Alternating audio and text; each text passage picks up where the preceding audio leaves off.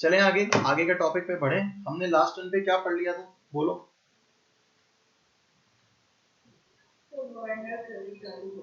Werner theory start करी थी। क्या वो वर्नर थ्योरी आप लोगों को समझ में आई थी या नहीं आई थी? कोई डाउट है उसके अंदर आप लोगों को? वर्नर थ्योरी मैंने लास्ट टर्न पे स्टार्ट कर दी थी। क्या उस वर्नर थ्योरी में आप लोगों को कोई डाउट? सर उसमें डाउट नहीं है, पहले में डाउट है। अरे वाह बेटा, क्या?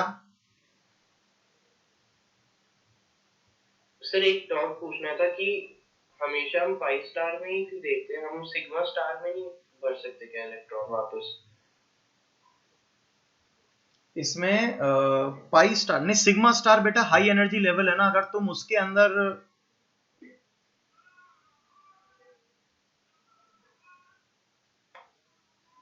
सर जैसे आपने बताया था ना, कई बार वो पहले आ जाता है। नहीं, सिग्मा स्टार कभी पहले कब आता है पाई स्टार से? सिग्मा स्टार कभी पहले नहीं आता यार। आता, वो आता है सिग्मा 2pz, वो आ जाता है। ठीक है, ठीक है ना, वो तो इनिशियल वाले लेवल में आता है, यहाँ थोड़ी आ जाता है। हाँ सर, ठीक है सर। और सर दूसरा था कि फेरोसीन में आपने बताया था ना, उसमें हमने वो वाला लिया था जब वो पाई एक्सेप्ट पाई डोनेट वाला होता है। तो उसमें हमें कैसे पता चला कि वही वाला होगा? नहीं, फेरोसीन में हाँ सर। तो फेरोटीन की स्टेबिलिटी तो लाएगा ना कहीं मेटल कार्बन बॉन्ड बन रहा है, तो कार्बन मेटल बॉन्ड की स्टेबिलिटी की वैल्यू तो होगी हमारे पास। उस वैल्यू के बिना कैसे करेंगे अपन? कोई भी जो चीज मैंने आपको बताई वो कहीं ना कहीं वैल्यूज है हमारे पास, उसी की बेसिस पे बताई। बिना वैल्यू से तो कैसे बताऊंगा? तो उसमें हमने अगर कहीं फेरोसीन लिखा हुआ है तो हमें ये समझना है कि वो पाई एक्सेप्ट और पाई डोनेट वाले ही है। हाँ मतलब अगर नहीं नहीं नहीं, हाँ फेरोसीन तो एग्जाम्पल फिक्स हो गया, उसको तो अपन ने परफेक्टली फिक्स कर दिया। वो एग्जाम्पल तो ऐसा है ही नहीं जिस एग्जाम्पल में आप अपनी मर्जी से कुछ लगा सकते हो। एक चीज। दूसरी चीज की जहां तक बात आती है दूसरे कंसेप्ट की, जैसे कि कहीं और पे तुम्हें लगे कि सर यहाँ पे यही क्यों आया और ये क्यों नहीं आया, वो वाली चीज जरूर मैं मतलब बिना प्रॉपर्टीज के तो नहीं बता सकते। प्रॉपर्टीज तो होना जरूरी है ही, प्रॉपर्टीज के बेसिस पे बता देंगे। ठीक है सर। ठीक है, तो आज की क्लास स्टार्ट करें। मैंने वर्नर थ्योरी का जो बेसिक कंसेप्ट है वो आपको समझा दिया था। आई थिंक वो सभी बच्चों को क्लियर है, उसमें तो कोई डाउट नहीं है आपको। मैं नजर आ रहा हूँ प्रॉपर्ली? हाँ बोल बेटा। कोऑर्डिनेशन नंबर 6 से बड़ा नहीं होता क्या? नहीं नहीं, कोऑर्डिनेशन नंबर 8 भी होगा, कोऑर्डिनेशन नंबर 10 तक भी हो जाएगा। एफ ब्लॉक के एलिमेंट का कोऑर्डिनेशन नंबर 10 भी होता है, और डी ब्लॉक के एलिमेंट का कोऑर्डिनेशन नंबर 8 भी होता है। पर लेकिन जो हमारे सिलेबस में 3D सीरीज या जनरल कोऑर्डिनेट कंपाउंड्स हैं, उसका कोऑर्डिनेशन नंबर हमने मैक्सिमम 6 पढ़ रखा है, तो हम 6 ध्यान रखेंगे। लेकिन आप ही की शीट में ऐसा एक क्वेश्चन है, उसमें पूछा गया है कि किसका कोऑर्डिनेट मतलब मैक्सिमम कोऑर्डिनेशन नंबर कितना है, तो उसका आंसर हम बता रहे हैं कि कितना कोऑर्डिनेशन नंबर है। सर इसमें हम कैसे बता पाएंगे कि कितना कोऑर्डिनेशन हो पाएगा उस कंपाउंड का मैक्सिमम? नहीं, मैक्सिमम तो हम नहीं बता सकते, लेकिन मैंने आपको एक थ्योरी पढ़ाई थी लास्ट टर्म के ऊपर, कोऑर्डिनेशन नंबर की वैल्यूज लिखवाई थी। हमारे सिलेबस यही है, क्लियर है। इसके लिए हमने कहा कि इन सबका कोऑर्डिनेशन नंबर 6 है, इसका 2 है, इसका 4 है, आंसर आ गया। मैंने ऊपर रेड कलर से भी देखो लिख रखा है, आपको दिख रहा हूं ना मैं? हाँ सर। ऊपर जो रेड कलर से मैंने लिख रखा है H2O NH3OH- और साइनाइड, यही हमारे सिलेबस के कॉम्प्लेक्सेस हैं। तो जब हम सारे कॉम्प्लेक्सेस कवर कर चुके हैं तो फिर डरते क्यों? आपको ये क्यों लगता है कि सर हम कैसे बताएंगे, जब हम सारे कॉम्प्लेक्सेस जो हमारे सिलेबस में सब कवर कर चुके हैं, तो आप क्यों डरते हो कि नया कोई क्वेश्चन आए? ठीक है सर। और सर ये जो निकेल पे आपने टेम्प लिखा है, सिर्फ यही एक्सेप्शन में निकेल के लिए? हाँ, निकिल के लिए जो हमारे सिलेबस में वो ये दो हैं, और उसके अलावा तो देखो एजी का भी कोऑर्डिनेशन नंबर 4 भी होते हैं, और मरकरी के भी कोऑर्डिनेशन नंबर 2 वाले भी होते हैं। तो ऐसे तो एक्सेप्शन बहुत सारे हैं, लेकिन जो मैंने इस पेज पे लिखा है that is in our limits, वो हम जो पढ़ते हैं उतनी लिमिट में वो है।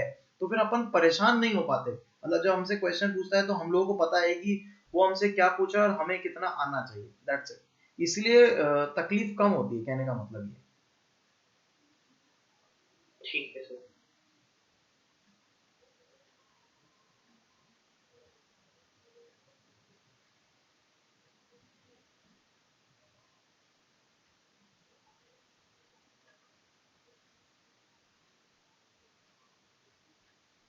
आगे चले हम लोग, बोलो।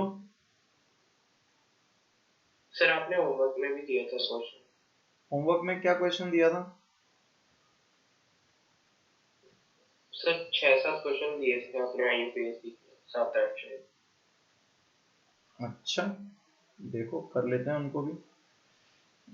कोऑर्डिनेशन कंपाउंड्स, ये पीछे गए हम IUPAC पे, और जो क्वेश्चन होमवर्क में दिए थे वो थे यहाँ पर 44 नंबर जो क्वेश्चन था होमवर्क में दिया था। इसकी स्पेशलिटी क्या है कि इसमें NO पे +1 चार्ज होता है। अगर NO पे +1 चार्ज है तो आयरन की ऑक्सीडेशन स्टेट क्या +2 और +1 आ गई है? सर हमें कैसे पता लगेगा कि NO पे +1 होगा? तो ये चीज तो मेरे को आपको पढ़ानी है। मैं अभी आपको इफेक्टिव एटॉमिक नंबर करके एक टॉपिक पढ़ाऊंगा, उसके अंदर ही पढ़ा दूंगा कि NO पे +1 चार्ज होता है। अब मुझे इसका IUPAC नेम लिखना बहुत इजी हो गया। कैसा बोलूंगा? That is penta aqua. Penta aqua, इसको क्या कहेंगे? NO+1 को, क्या NO+1 को नाइट्रोसोनियम कहेंगे। नाइट्रोसोनियम, तो पेंटा एक्वा नाइट्रोसोनियम। उसके बाद आयरन फर्स्ट सल्फेट, इसका IUPAC नॉमेनक्लेचर हो गया। बोलो मेरा बेटा, क्या ये क्वेश्चन नंबर 44 सबको समझ में आ गया क्या? हाँ क्या बेटा श्रेया क्या बोली? नाइट्रोसो तो NO के लिए आता है, नाइट्रोसिल भी NO के लिए आता है, लेकिन नाइट्रोसोनियम या नाइट्रोसिलियम NO+ के लिए आता है। ये NO+ है। ये जो कंपाउंड मैंने बोर्ड पर लिख रखा है, इसका कॉमन नेम क्या है? ये जो कंपाउंड हमने बोर्ड पे लिख रखा है, this is actually brown ring complex. ये क्या कहलाता है? Brown ring complex.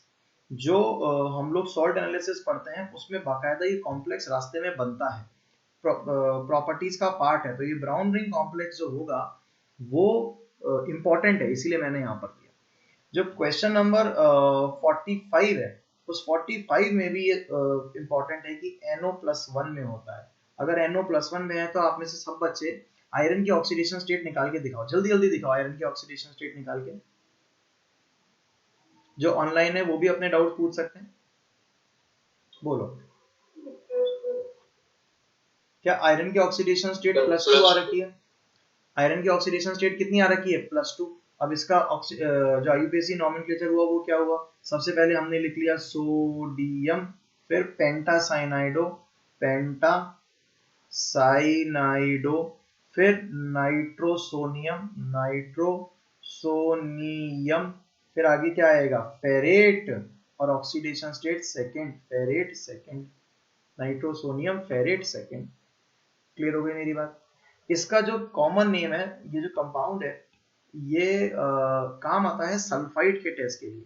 This is sodium nitroprusside, sodium nitroprusside, ये नाइट्रोप्रोसाइड होता है। ये इसका कॉमन नेम है, सोडियम नाइट्रोप्रोसाइड। ये काम आता है सल्फाइड को डिटेक्ट करने में। जब सल्फाइड इस पे डालते हैं तो ये बना लेता है नीचे वाला, यानी कि 45 नंबर कंपाउंड पे जब अपन सल्फाइड डालते हैं तो 46 नंबर कंपाउंड बन जाता है। तभी कहलाता है कॉमनली सोडियम सोडियम नाइट्रोसोप्रोसाइड। ये पूरा एक नाम है, इसको नाइट्रोसो को अलग से मत पढ़ना, सोडियम नाइट्रोसोप्रोसाइड। तो ऊपर वाला कंपाउंड है सोडियम नाइट्रोप्रोसाइड, नीचे वाला कंपाउंड है सोडियम नाइट्रोसोप्रोसाइड। उसमें जो लिगेंड है वो NOS है। NOS में नाइट्रोजन डोनर साइट है। क्या नाम है अंगद, ध्यान रखना इस बात का, जो पहले लिखते हैं वही डोनर साइट होती है। अब इसका नाम जो आ जाएगा वो आ जाएगा सोडियम। अच्छा एक बात और, कि यहाँ पर भी आयरन की ऑक्सीडेशन स्टेट में कोई बदलाव नहीं है क्योंकि रिडॉक्स रिएक्शन नहीं होगी, तो ये भी +2 का +2 ही रहेगा। ब्लैक कलर से लिख देता हूँ +2। इसकी ऑक्सीडेशन स्टेट भी +2 ही रहेगी। इस कंपाउंड का IUPAC नॉमेनक्लेचर क्या हो जाएगा? दैट इज सोडियम, फिर पेंटासाइनाइडो, पेंटासाइनाइडो। कोई आप में से मुझे ये जो कंपाउंड है NOS, इसका लिगेंड का नाम बता रहा है कोई कि इस लिगेंड का नाम क्या होगा? NOS का नाम? नाइट्रस ऑक्साइडो।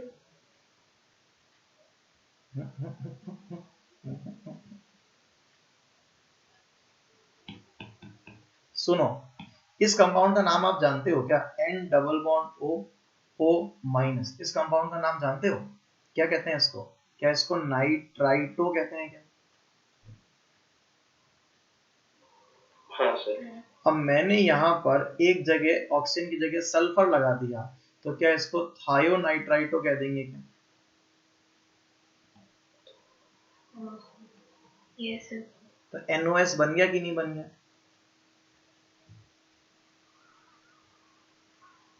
Yes sir. तो इसका नाम क्या हो जाएगा? सोडियम पेंटासाइनाइडो, उसके बाद थायोनाइट्राइटो, थायोनाइट्राइटो, थायोनाइट्राइटो N क्या नाम हो जाएगा इसका? थायोनाइट्राइटो तो इसका नाम हो गया, आगे लगा देंगे N क्योंकि N डोनर साइट है, तो थायोनाइट्राइटो N। फिर आगे कौन आ जाएगा? Ferrate, oxidation state again second, ferrate second. तो बोलो मेरी बात समझ में आ रही है कि नहीं आ रही? फेरेट सर थायोनाइट्रो बोल नहीं, क्यों बोल सकते हैं? मतलब आपको अगर वहां पे नाइट्राइट को थायोनाइट्राइट बोला है, तो ये थोड़ी कि उसके हर एक नाम के आगे थायो लगा दो।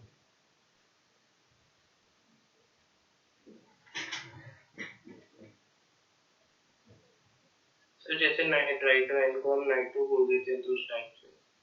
वही तो मैंने कहा कि उसके जितने भी नाम है उसको नाम को यहाँ थोड़ी जस्टिफाई कर लेंगे हम लोग।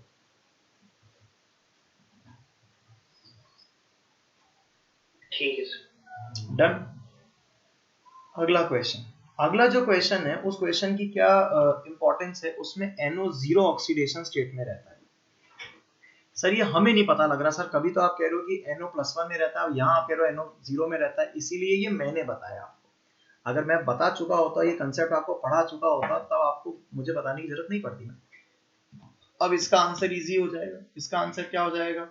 दैट इज डाइकार्बोनिल, डाइकार्बोनिल, उसके बाद डाई नाइट्रो, क्या इसको नाइट्रोसो बोलते हैं, नाइट्रोसिल बोलते हैं, दोनों बोल सकते हैं। नाइट्रोसो भी बोल सकते हैं या फिर नाइट्रोसिल भी बोल सकते हैं। आप इसको डाई नाइट्रोसिल भी बोल सकते हैं और डाई नाइट्रोसो भी बोल सकते हैं, die carbonyl, di nitrosyl.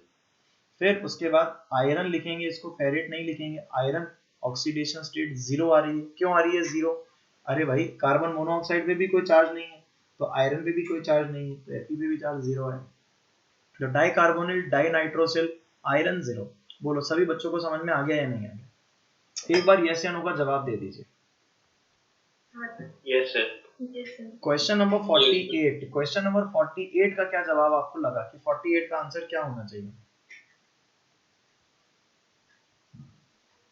Tetrammine cobalt 2 mu amine mu dioxygen tetrammine नहीं, इसमें एक मिनट पॉइंट ये है कि ये तो मैं बता रहा हूँ ये NH2-1 होता है।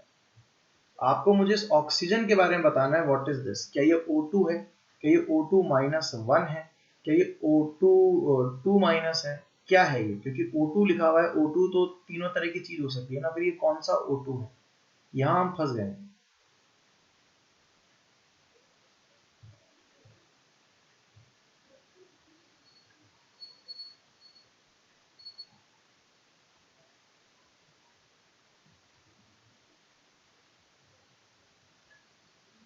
तो -1।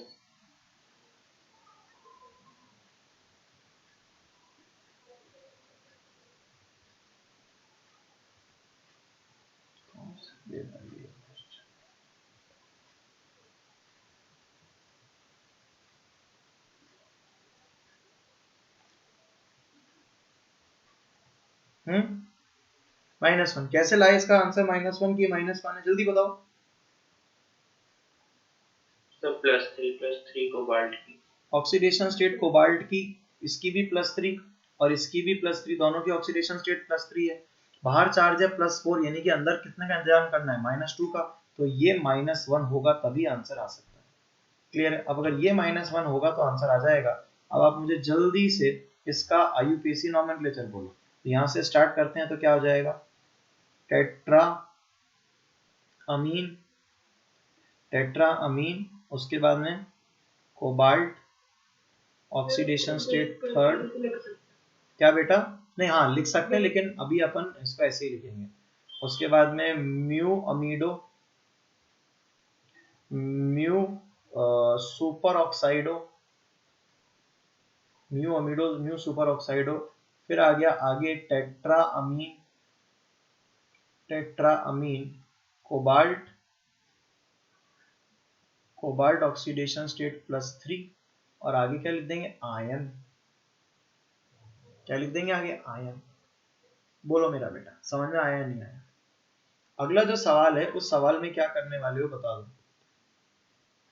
48 में एक की +2 +3 इस टाइप से नहीं हो सकती? नहीं होने को तो क्यों नहीं हो सकती, लेकिन कोबाल्ट की मतलब देखा जाए तो कोऑर्डिनेशन नंबर 6 आ रहा है, तो आप लोअर ऑक्सीडेशन स्टेट कैसे लोगे ना, बात जो अपन ने कल पढ़ा था वही चीज आप रिपीट कर रहे हो। जब आपके पास एक से ज्यादा पॉसिबिलिटी है then you will take that oxidation state which suits most. ठीक है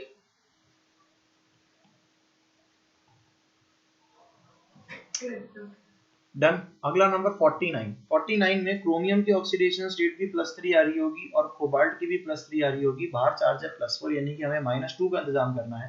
अब -2 का इंतजाम करना है तो वी हैव 2 पॉसिबिलिटीज, आइदर ये भी -1 है ये भी -1 है, तब हो सकता है, या फिर ऐसा पॉसिबिलिटी हो सकती है कि ये -2 हो और ये 0 हो। बोलो इसमें कोऑर्डिनेशन नंबर का नहीं आ जाता। नहीं बात तो वही है ना, हायर कोऑर्डिनेशन नंबर, इसका कोऑर्डिनेशन नंबर भी 6 आ रहा है और इसका कोऑर्डिनेशन नंबर भी 6 आ रहा है, दोनों कोऑर्डिनेशन नंबर 6 तो आ रहा है।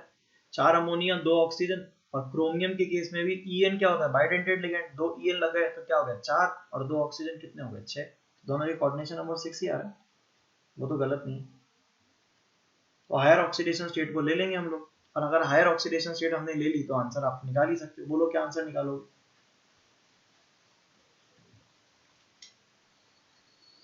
बेस इथाइलिन डायमीन क्रोमियम नहीं इसके अंदर क्या लोगे, ऑक्सीजन जो है वो दोनों पॉसिबिलिटी, ऑक्सीजन -1 एक पॉसिबिलिटी और दूसरी पॉसिबिलिटी क्या है ऑक्सीजन -2 और 0, क्या दोनों पॉसिबिलिटीज हैं?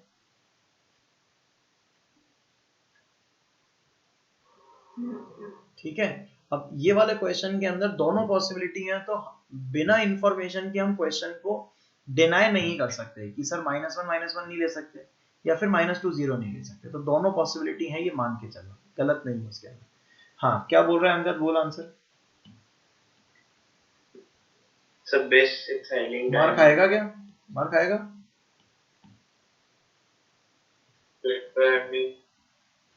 कहाँ से चालू? टेट्रामीन कोबाल्ट टेट्रामीन पहले, हाँ इधर से स्टार्ट करेंगे ना, ठीक है। क्या नाम हो गया इसका?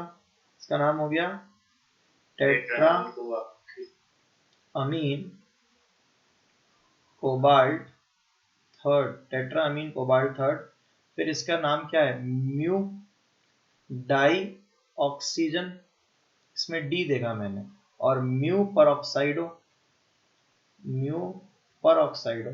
फिर बिस इथाइलिन डायमीन, बिस इथाइलिन डायमीन, फिर आगे कौन आएगा क्रोमियम ऑक्सीडेशन स्टेट कितनी है इसकी थर्ड, ऑक्सीडेशन स्टेट थर्ड, आगे क्या लिख देंगे आयन। बोलो मेरा बेटा क्या ये बात पकड़ में आ गई या नहीं आ गई? Very good. अगला नंबर आखिरी नंबर, इसका आंसर क्या लिखेंगे? ये सिर्फ क्वेश्चन देने के लिए दिया है मैंने, बाकी तो इजी है। इसका नाम हो जाएगा टेट्रा एक्वा, या एक्वो भी बोलते हैं, टेट्रा एक्वा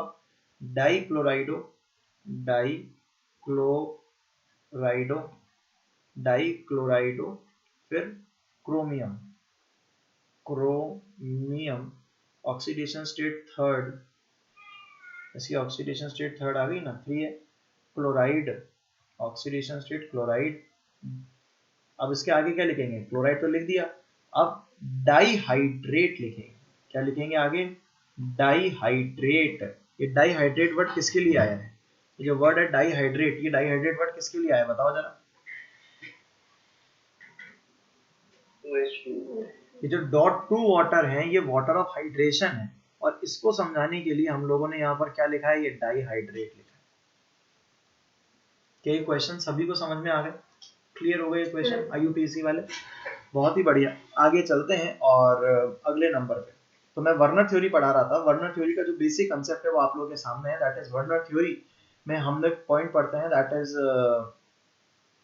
वर्नर जो पहला साइंटिस्ट था उसने कोबाल्ट के कुछ कॉम्प्लेक्सेस के ऊपर अपना इनपुट रखा। उसने ये कहा कि जब उसने CuCl3 पर अमोनिया गैस पास कराई तो अमोनिया उसमें एब्जॉर्ब हो गई, विच इज एक्चुअली अनएक्सपेक्टेड। और जो अमोनिया उसमें एब्जॉर्ब हो गई वो एब्जॉर्ब्ड अमोनिया, वो जो एब्जॉर्ब्ड अमोनिया है उसने कोई फॉर्म तो ली होगी ना, उसने कोई ना कोई बॉन्ड तो बनाया होगा ना, उसने कोई ना कोई तो अटैचमेंट किया होगा।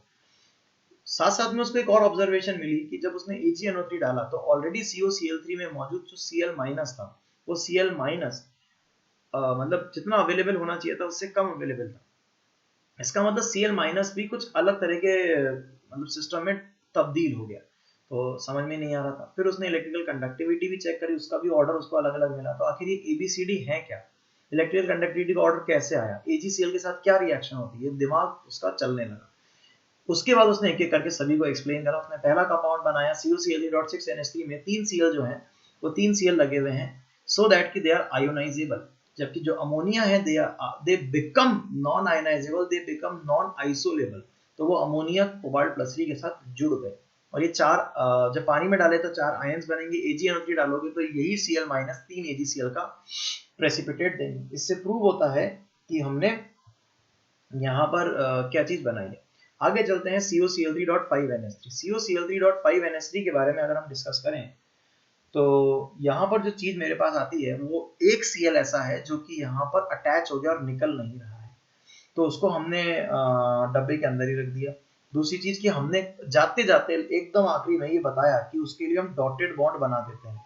तो आप में से कई सारे बच्चों ने सवाल पूछा, सर इस डॉटेड बॉन्ड का क्या मतलब है, इस डॉटेड बॉन्ड को हम कैसे एक्सप्लेन करेंगे। तो वो हम एक्सप्लेन अभी करने वाले हैं, एक एक करके हम उसको एक्सप्लेन करने वाले हैं। ठीक है, आइए हम उसको एक्सप्लेन करते हैं आज। वैसे ही CuCl3.4NH3 के अंदर हुआ और वैसे ही CuCl3.3NH3 में हुआ। अब अपन इसको एक्सप्लेन करते हैं, वो देखें आज की क्लास में बहुत ध्यान से। दैट इज उसने जो थ्योरी दी थी वो थ्योरी को एक एक करके बोलता हूँ, बोर्ड पर जरा ध्यान से देखना। Werner was the first scientist. Werner was the first scientist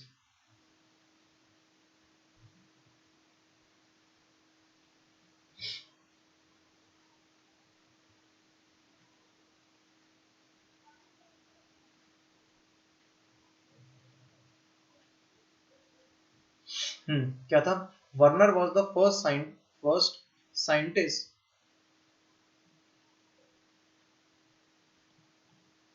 which explains the existence of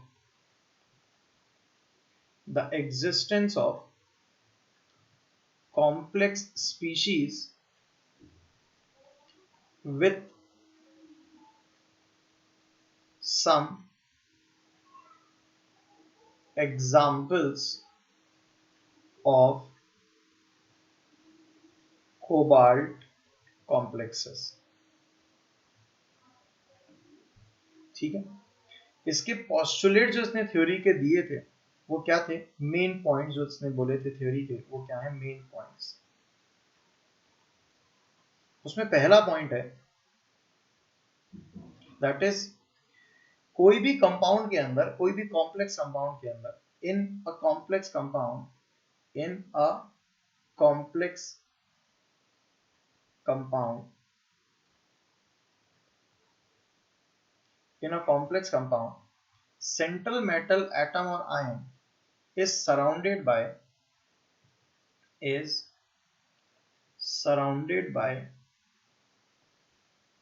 two types of valencies। दो तरह की वैलेंसीज होती हैं, जिसमें पहला उसने नाम दिया, उसका नाम दिया उसने प्राइमरी वैलेंसी, और दूसरा उसने नाम दिया, वो दिया that is secondary valency.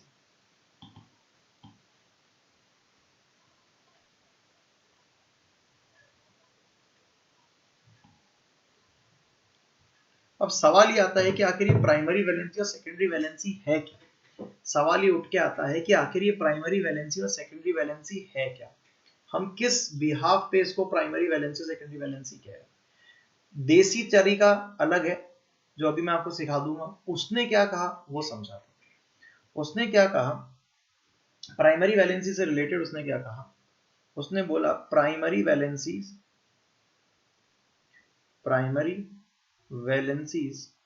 Are ionizable, are ionizable. ये सुनते ही हम पीछे गए और तुमसे पूछा कि बताओ प्राइमरी वैलेंसी कितनी, तो प्राइमरी वैलेंसी तुमने बताई 3, क्योंकि 3 ही Cl हैं जो कि आयोनाइजेबल हो सकते हैं।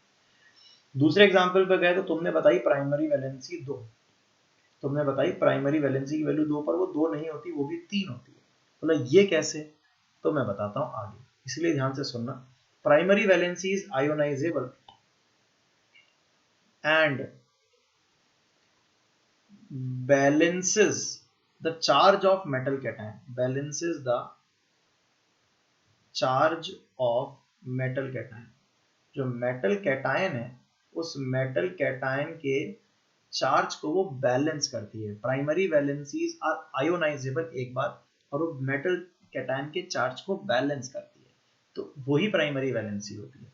तो अगर मैं आपसे बोलूं कि प्राइमरी वैलेंसी इस केस में 3 होगी ना, क्योंकि ये भी चार्ज को बैलेंस कर रही है, ये भी चार्ज को बैलेंस कर रही है, इनफैक्ट ये भी चार्ज को बैलेंस कर रही है, इसलिए तीनों के लिए मैंने डॉटेड लाइन बनाई। ये डॉटेड लाइन जो होती है ये प्राइमरी वैलेंसी को डिनोट करती है। यहां पर भी प्राइमरी वैलेंसी कितनी होगी 3, और यहां पर भी प्राइमरी वैलेंसी कितनी होगी 3। तो प्राइमरी वैलेंसी वो होती है जो कि मेटल के चार्ज को बैलेंस करे। क्या यहां तक मेरी बात समझ में आ गई या नहीं आ गई? yes, अगला नंबर पॉइंट आता है, third point, secondary valency. Secondary valency क्या होती है? सेकेंडरी वैलेंसी जो होती है are non ionizable, are non ionizable, are non ionizable. Secondary valency जो होती हैं वो नॉन आयोनाइजेबल होती हैं। तो जितनी भी चीजें नॉन आयोनाइजेबल हैं सब सेकेंडरी वैलेंसी हो जाएंगी। जल्दी से मुझे पहले केस में सेकेंडरी वैलेंसी बताओ। क्या सेकेंडरी वैलेंसी यहाँ पर 6 आ रही है क्या? जरा बताओ देख के, क्या सेकेंडरी वैलेंसी 6 आ रही है? क्या सेकेंड केस में भी सेकेंडरी वैलेंसी 6 आएगी? क्या यहाँ पर भी सेकेंडरी वैलेंसी 6 आएगी? और यहाँ पर भी सेकेंडरी वैलेंसी 6 आएगी? तो क्या हम ऐसा कह सकते हैं क्या इसमें जितने अमोनिया है वो सब सेकेंडरी वैलेंसी है और जितने क्लोरीन है वो प्राइमरी वैलेंसी? लेकिन सेकेंड केस में ये जो Cl है क्या ये प्राइमरी वैलेंसी का भी काम कर रहा है, सेकेंडरी वैलेंसी का भी काम कर रहा है, डबल काम कर रहा है। ठीक है, यहां हम देखेंगे तो ये दोनों Cl जो है ये प्राइमरी वैलेंसी सेकेंडरी वैलेंसी का काम कर रहे हैं, और यहाँ पर तीनों Cl माइनस जो है वो प्राइमरी वैलेंसी सेकेंडरी वैलेंसी दोनों का काम कर रहे हैं। तो क्या इससे हम एक इंटरप्रिटेशन निकाल सकते हैं कि सेकेंडरी वैलेंसी जो हो सकती है वो न्यूट्रल और आयनिक दोनों हो सकती है, जबकि प्राइमरी वैलेंसी हमेशा आयनिक होगी, क्योंकि प्राइमरी वैलेंसी को जो काम दिया गया है वो क्या दिया गया है, balances the charge of metal cation. जबकि सेकेंडरी वैलेंसी नॉन आयनाइजेबल है, वो अमोनिया भी हो सकती है और Cl माइनस भी हो सकती है। एंड सेकेंडरी वैलेंसी, सेकेंडरी जो वैलेंसी होती है या नीचे अगले पॉइंट में लिखता हूं, primary valency is always satisfied by anionic species while secondary valency can be neutral और anionic। वो न्यूट्रल भी हो सकती है और एनायोनिक भी हो सकती है। इसका मतलब एनायनिक स्पीशीज दोनों काम कर सकती है। क्या आप लिख सकते हैं क्या? दैट इज अवेयर रहना इस बात पे, that is anionic species may serve both may serve as both primary valency and secondary valency. तो कोई नेगेटिव स्पीशीज देखो तो प्राइमरी वैलेंसी भी हो सकती है और सेकेंडरी वैलेंसी भी हो सकती है। क्या ये बात समझ में आ गई? प्राइमरी वैलेंसी किसे कहते हैं, सेकेंडरी वैलेंसी किसे कहते हैं? अरे हाँ या ना, बोलो। हाँ सर। क्या ऐसा अपन कह सकते हैं कि वो प्राइमरी वैलेंसी जो कि सेकेंडरी वैलेंसी भी है आर नॉन आयनाइजेबल? इसी के अंदर अगर अपन ऐसा लिखें कि वो प्राइमरी वैलेंसी जो सेकेंडरी वैलेंसी भी है बिकम नॉन आयनाइजेबल, बोलो। Those primary valency which are also secondary valency are non ionizable। यानी कि दोनों बातें समझ में आ गई कि उसकी जो डेफिनेशन है प्राइमरी वैलेंसी की वो ये है कि वो आयोनाइजेबल है और सेकेंडरी वैलेंसी नॉन आयोनाइजेबल है। लेकिन कुछ प्राइमरी वैलेंसी ऐसी है जो कि सेकेंडरी वैलेंसी भी है और इसीलिए वो नॉन आयोनाइजेबल। जैसे कि यहाँ पर अगर अपन चलें तो ये जो क्लोरीन हमने देख रहे हैं, ये क्लोरीन प्राइमरी वैलेंसी का भी काम कर रहा है, सेकेंडरी वैलेंसी काम कर रहा है। क्योंकि सेकेंडरी वैलेंसी का भी काम कर रहा है इसलिए नॉन आयोनाइजेबल हो गया। ठीक है मेरी बात?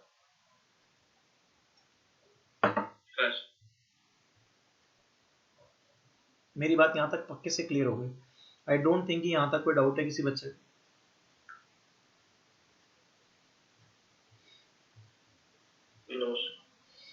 क्या ऐसा नहीं लगता कि अगर मैं बोलूं कि primary valency has non directional nature, कहीं पर भी हो सकती है, while secondary valency have its directional nature?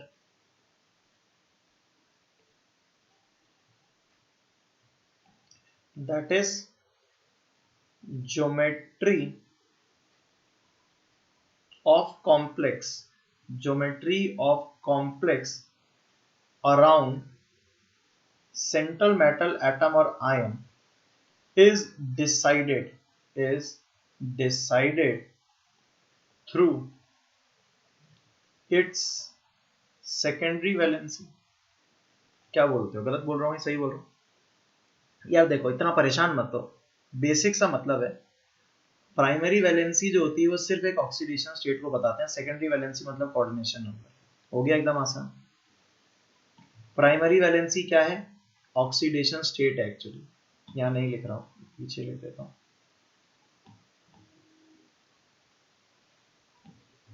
Primary valency सिर्फ क्या है? प्राइमरी वैलेंसी जो है वो क्या है? ऑक्सीडेशन स्टेट ऑफ मेटल है। जबकि सेकेंडरी वैलेंसी जो है वो क्या है? Coordination number of metal. Sir तो ये पहले ही बता देते, वर्नर ने जो पढ़ाया पहले तो मैं वो पढ़ा रहा था, अब हमने इसको सस्ती भाषा में कर लिया। अब बताओ, जो प्राइमरी वैलेंसी है क्या वो मेटल के चार्ज को बैलेंस कर रही है? मैं पूछूं प्राइमरी वैलेंसी कौन है, कितनी है? तो जो मेटल के चार्ज को बैलेंस करे वो प्राइमरी वैलेंसी, और जो जितना कोऑर्डिनेशन नंबर है वो सेकेंडरी वैलेंसी। इसीलिए तो ये नए नाम दिए गए। सोचो अभी तक भी अपन वर्नर को फॉलो कर रहे होते और ये प्राइमरी वैलेंसी सेकेंडरी वैलेंसी शब्द पढ़ रहे होते तो कितना कंफ्यूजिंग लग रहा होता। और हमने इनको शब्द बिल्कुल इजी कर दिए। दैट इज क्या शब्द बना दिए इनके? दैट इज प्राइमरी वैलेंसी क्या है? Oxidation state, secondary valency coordination number. तो एकदम आसान हो गया, इसीलिए तो ये शब्द दिए गए। बोलो मेरा बेटा, क्या सभी बच्चों को समझ में आ गया नहीं आ गया? Yes sir. परफेक्ट, क्लियर हो गया यहाँ तक सभी बच्चों को? कोई डाउट?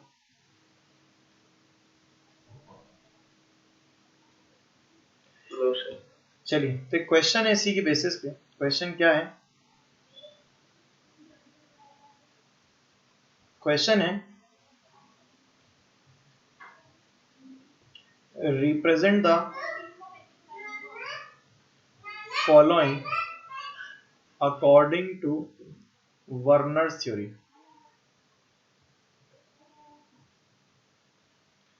वर्नर्स थ्योरी के बिहाफ पर आपको एक्सप्रेस करना है या रिप्रेजेंट करना है।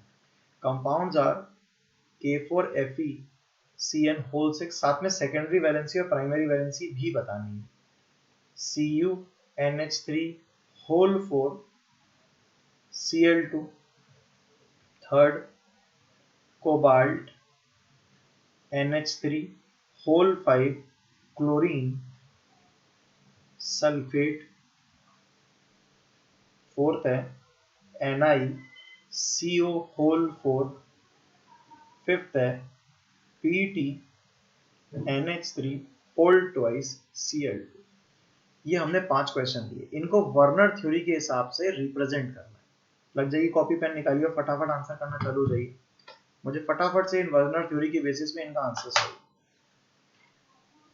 फिर मैं लिखूंगा, आप जस्टिफाई करना कि आपने भी यही बनाया था कुछ और बनाया था, जल्दी से।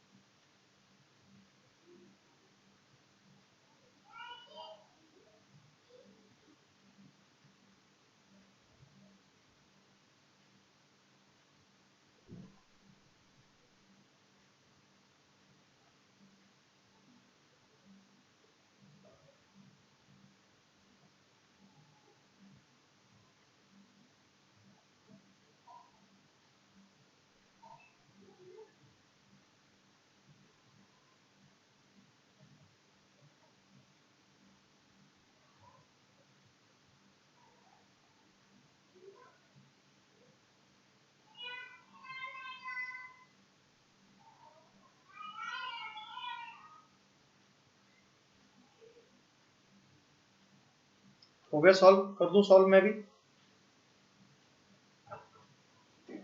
सर मुझे एक्चुअली प्राइमरी वैलेंसी और सेकेंडरी वैलेंसी के आंसर्स चाहिए, जो कि आप लोग एक्चुअली निकालोगे किसके बेसिस पे, जो मैंने आपको ट्रिक बता दी कि ऑक्सीडेशन स्टेट और कोऑर्डिनेशन नंबर देख के आंसर बोल दिया, बट एक्चुअली रिप्रेजेंट करोगे और उसके बेसिस पे बताओगे, तब आपको दोनों का आइडिया लग रहेगा।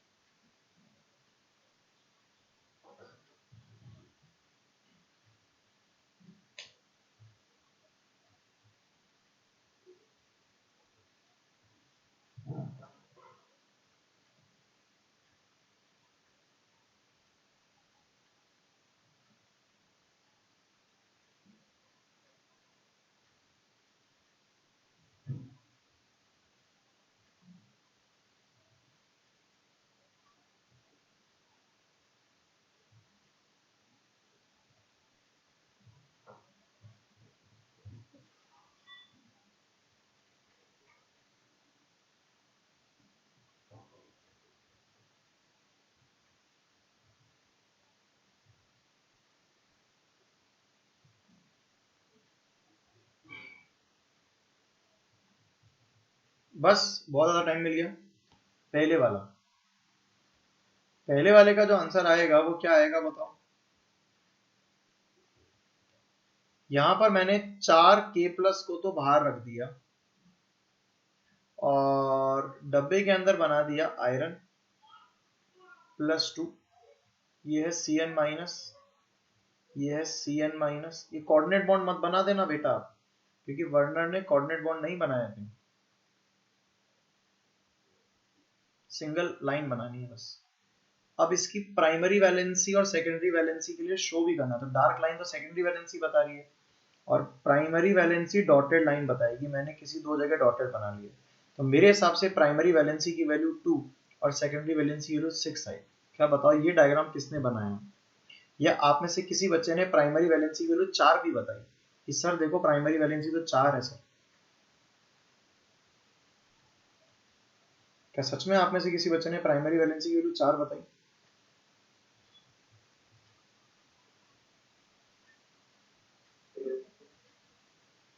नहीं सर। ठीक है, क्या ये बात सभी बच्चों का आंसर आ गया? कोई डाउट किसी बच्चे को? ओके, सेकंड का आंसर क्या आएगा? यहां पर मैंने लिखा कॉपर और उस पर 4 अमोनिया लगा दिया, ये 4 अमोनिया लगा दी, यहाँ आ गई NH3, यहाँ आ गया NH3, यहाँ आ गया NH3, यहाँ आ गया NH3, dot dot dot dot Cl और dot dot dot dot dot dot dot dot dot Cl। Primary valency की वैल्यू 2 और सेकेंडरी वैलेंसी की वैल्यू 4। क्या ये आंसर सभी का आ रहा है? हाँ सर। कोई डाउट किसी को? प्लेस करना जरूरी है कि प्लेसमेंट चेंज हो सकती है? किसका? NH3 का। NH3 का नहीं, NH3 का कोई भी प्लेसमेंट लेता, तो कि वर्नर ने शेप नहीं बताए थे, तो NH3 कहीं पे भी लगा सकते हो, Cl कहीं पे भी, क्योंकि वहां पे हम शेप की बात नहीं कर रहे हैं। ठीक है, आगे चलते हैं, थर्ड नंबर पे चलते हैं। थर्ड नंबर क्या एग्जाम्पल आ गया? That is cobalt NH3 whole 5 Cl था, SO4 था, यही दे रखा था ना बाहर, देखो यही दे रखा था। अब इसका वर्नर थ्योरी के हिसाब से क्या बनाएंगे? कोबाल्ट 1 2 3 4 5 6, यहाँ हमने हर जगह पर क्या लगा दिया? अमोनिया अमोनिया अमोनिया और ये अमोनिया, और एक जगह पर हमने Cl माइनस लगा दिया, और बाहर हमने सल्फेट बना दिया। ये जो सल्फेट है ये हमने बाहर बना दिया, और यहाँ पर भी एक डॉटेड लाइन बनाई। क्या प्राइमरी वैलेंसी की वैल्यू बिल्कुल श्योरली 3 आ रही है और सेकेंडरी वैलेंसी 6 आ रही है। अब आप में से किसी बच्चे के दिमाग में आ सकता है, इसीलिए क्वेश्चन मैंने दिया कि सल्फेट तो एक आयन है, तो सिर्फ इसको एक गिने या दो गिने? नहीं, ये दो चार्ज को बैलेंस कर रहा है, इसलिए इसको दो गिने। ठीक है, चौथा एग्जाम्पल क्या आ रहा है बेटा, बताओ जल्दी से। चौथा example, very good. Fourth example क्या आ रहा है? That is NiCO whole 4, NiCO whole 4। अभी जो NiCO होल 4 है, इसको रिप्रेजेंट करना है निकेल, यहाँ आ गया CO, यहाँ आ गया CO, यहाँ आ गया CO, यहाँ आ गया CO। ये अगेन श्रेया, मैंने कोई शेप के बारे में डिस्कशन नहीं किया है, मैंने बस इसको रेंडमली लगा दिया। ठीक है, अब ये जो क्वेश्चन है, इस क्वेश्चन के अंदर प्राइमरी वैलेंसी जो हो जाएगी वो नॉट डिफाइंड हो जाएगी, ना कि जीरो, नॉट डिफाइंड। क्योंकि वर्नर के हिसाब से प्राइमरी वैलेंसी वो जो कि मेटल के चार्ज को बैलेंस करें, अब मेटल पे चार्ज ही नहीं तो उसकी थ्योरी नहीं लग सकती। सेकेंडरी वैलेंसी तो फिर भी हम 4 बोल सकते हैं, लेकिन वर्नर की थ्योरी एप्लीकेबल नहीं हो पाएगी, क्योंकि उसने कहा जो चार्ज को बैलेंस करे, चार्ज है ही नहीं तो उसकी थ्योरी नहीं लगी। आखिरी नंबर है पीटी वाला, इसके अंदर हम एक्सप्लेन कर सकते हैं PT NH3 whole twice Cl2, इसमें प्लेटिनम सेंटर में ले लिया और 4 चीजें लगा दी। जो 4 चीजें हमने लगाई,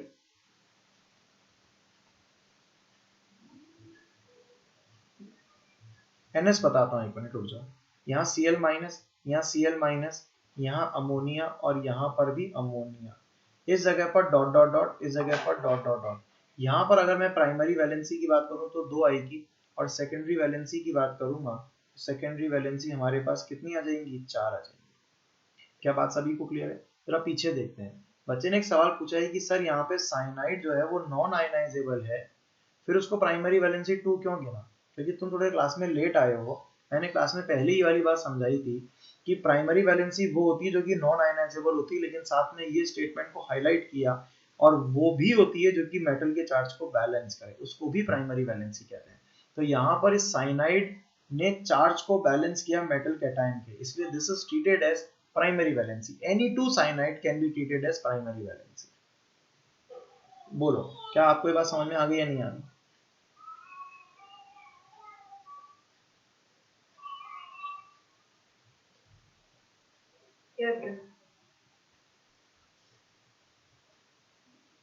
ओके, चलते हैं आगे। ये तो हुआ हमारा वर्नर थ्योरी के बेसिक कंसेप्ट। इससे रिलेटेड जो क्वेश्चंस हैं वो कराने जा रहा हूं, सभी बच्चे बिल्कुल मन लगा के इन क्वेश्चंस को देखेंगे। क्या है ये?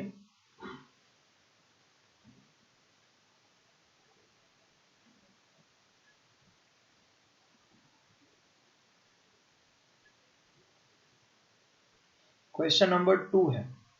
क्वेश्चन नंबर 2 क्या है?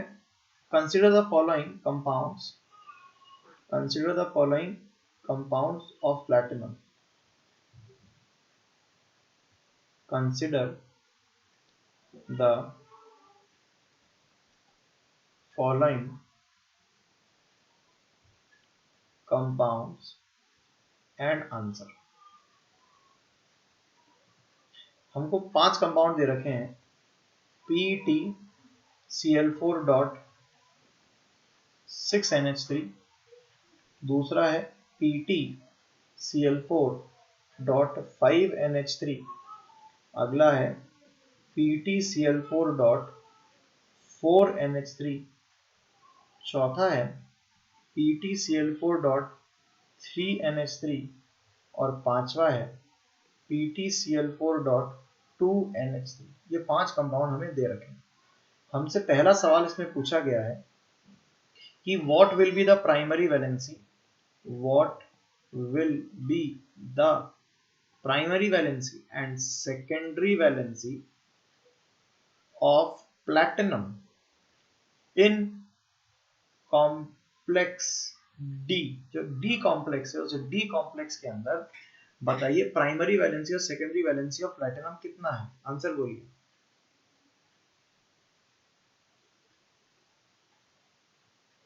जल्दी से बताओ बेटा answer.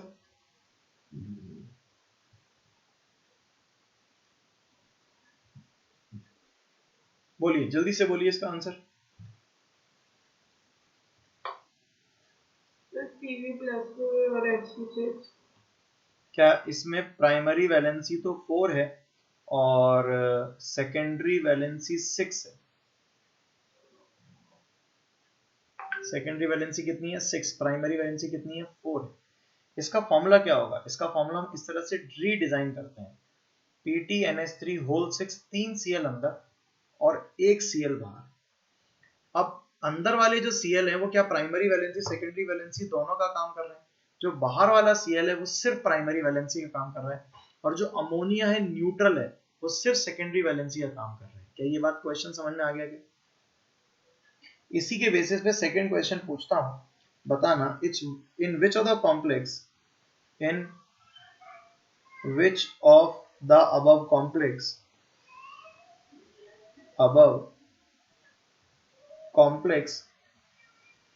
50% of chlorine is precipitated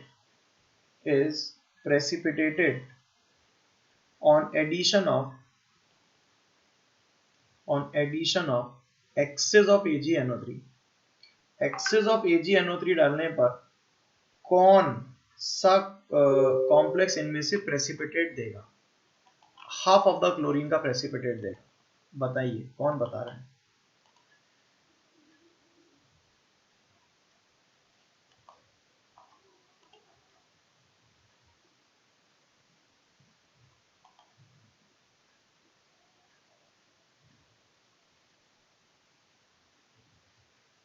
sir सी।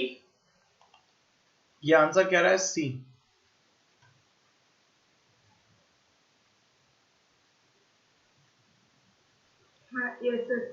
इसमें क्या होगा? PTNH3 होल 4 2 Cl अंदर और 2 Cl बाहर।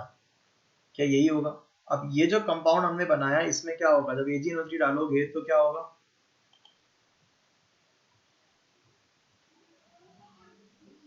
दो Cl निकल जाएंगे। 2 Cl, आधे Cl निकल जाएंगे। और अगर आधे Cl निकल गए तो इस केस के अंदर क्या लगेगा? अगर आधे Cl इसके अंदर निकल गए तो क्या मतलब निकला, बता सकते हो? तो 50% प्रेसिपिटेट हो गया। 50% प्रेसिपिटेट हो गया, इसलिए उसने पूछा, जो हमारा आंसर आ गया परफेक्ट।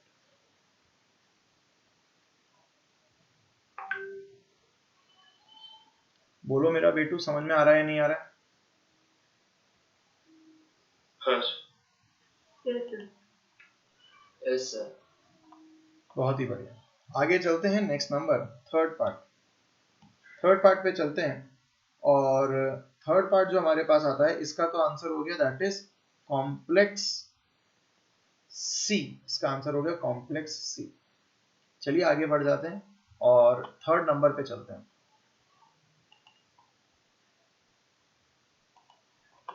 थर्ड नंबर हमें कहता है which of the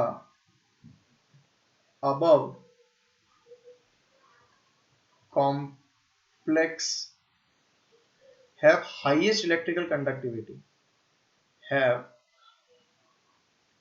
highest electrical conductivity, electrical conductivity कोई बता सकता है मुझे इनमें से किस कॉम्प्लेक्स की इलेक्ट्रिकल कंडक्टिविटी हाईएस्ट होगी? Sir A. बहुत ही बढ़िया, आंसर बच्चों का आने लगा है, that is A. A answer आ गया। क्या सभी को क्लियर हो गया, नहीं हो गया? कॉम्प्लेक्स ए आंसर बच्चों का आया है। क्या आप सभी का भी आ गया है, नहीं आ गया?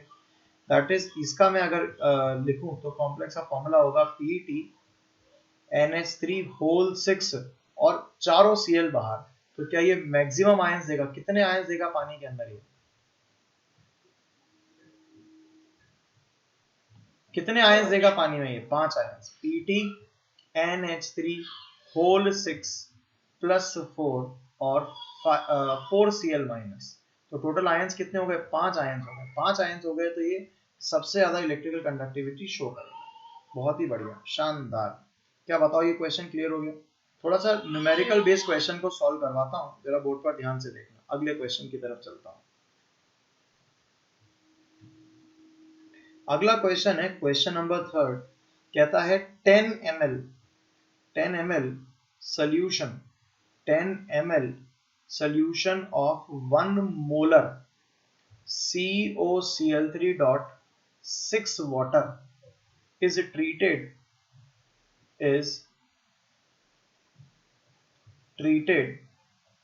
with excess of AgNO3 with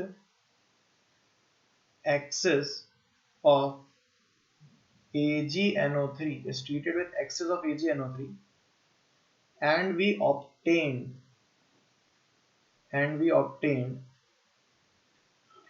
2.87 gram of white PPT. हमें 2.87 ग्राम ऑफ व्हाइट पीपीटी मिला। तो कहता है what would be the correct formula of complex। इस फॉर्मूले जो कॉम्प्लेक्स है उसका करेक्ट फॉर्मूला क्या होगा? ठीक है,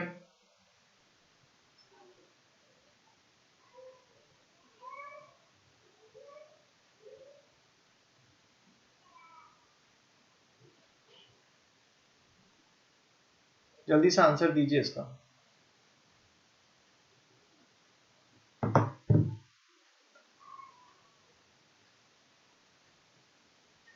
चलिए मैं मतलब आपको असिस्ट करूं, मैं आपको हेल्प करूं, या मतलब आप एक बार ट्राई खुद करोगे? सर खुद ट्राई करेंगे। ओके, इसके अंदर AgCl का मॉलिक्यूलर वेट बच्चों को तो लर्न होता है। क्या होता है AgCl का मॉलिक्यूलर वेट? क्या 143.5 होता है क्या?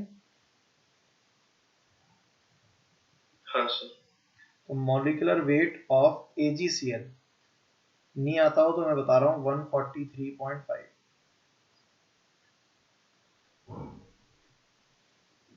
चलिए फटाफट सॉल्व करिए और मुझे आंसर चाहिए, जल्दी से आंसर चाहिए कि क्या कॉम्प्लेक्स का सही फॉर्मूला होगा। जल्दी से बताएंगे मेरा बेटा।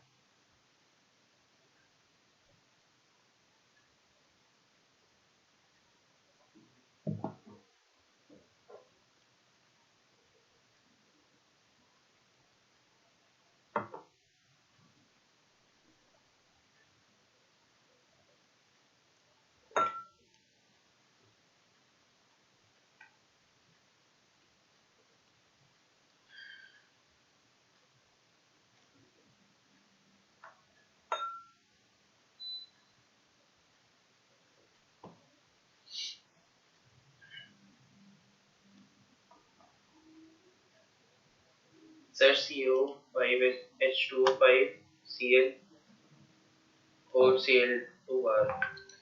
यशस्वी आज क्लास में क्यों नहीं है?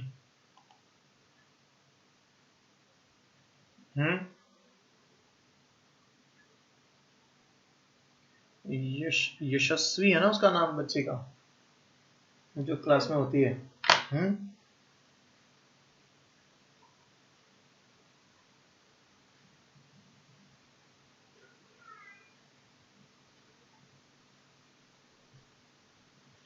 यशस्वी, she is not in the class.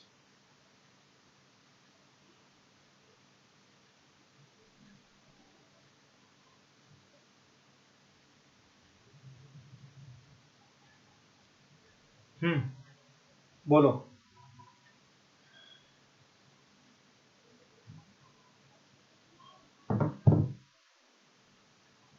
क्या आंसर आया। देखो मैं समझाता हूँ। चार चीजें। सबसे पहले तो फॉर्मूला है COCl3.6H2O, क्योंकि आप में से हर एक बच्चा इस चीज को इस तरह से फील नहीं कर सकता। सबसे पहली चीज तो ये तो सबने सोचा होगा कि सर यही तो फॉर्मूला हो सकता है और तो कोई फॉर्मूला हो ही नहीं सकता, लेकिन मैं बता दूं कि नहीं। वाटर एक ऐसा कंपाउंड है जो कि अंदर भी रह सकता है और बाहर भी रह सकता है। ये क्लियर होना चाहिए आप में से हर एक बच्चे को। वाटर जो है वो वाटर ऑफ हाइड्रेशन के कारण अंदर भी रह सकता है और बाहर भी रह सकता है। This must be keep in your mind. यहां पर आया COH2O होल 4 Cl2, एक Cl बाहर और 2 वाटर बाहर। और चौथा जो है वो है COH2O होल थ्राइस Cl3 और 3 वाटर। अरे वाह, ये तो ऑप्शंस बन गए। अब इन चार ऑप्शन में से पहले तो वाटर की स्थिति समझते हैं कि वाटर क्या होता है। अगर हमारे पास कोई कैटायन है, कोई एनायन है, कोई कैटायन है, कोई एनायन है, कोई एनायन है, कोई कैटायन है, कोई एनायन है, कोई कैटायन है, ये कैटायन है, ये एनायन है, ये कैटायन है और ये एनायन है, तो इनके बीच में जो खाली जगह होती है, इन खाली जगह को वॉइड्स कहते हैं। और इन वॉइड्स में ये वाटर ऑफ हाइड्रेशन एग्जिस्ट करता है। ये वॉइड्स में ये वाटर ऑफ हाइड्रेशन एग्जिस्ट करता है। इसके बेसिस पर के चौथा क्वेश्चन तो गलत ही हो गया। बताओ चौथा क्यों गलत हो गया, जल्दी बताइए बेटा, ये चौथा नंबर गलत क्यों हो गया।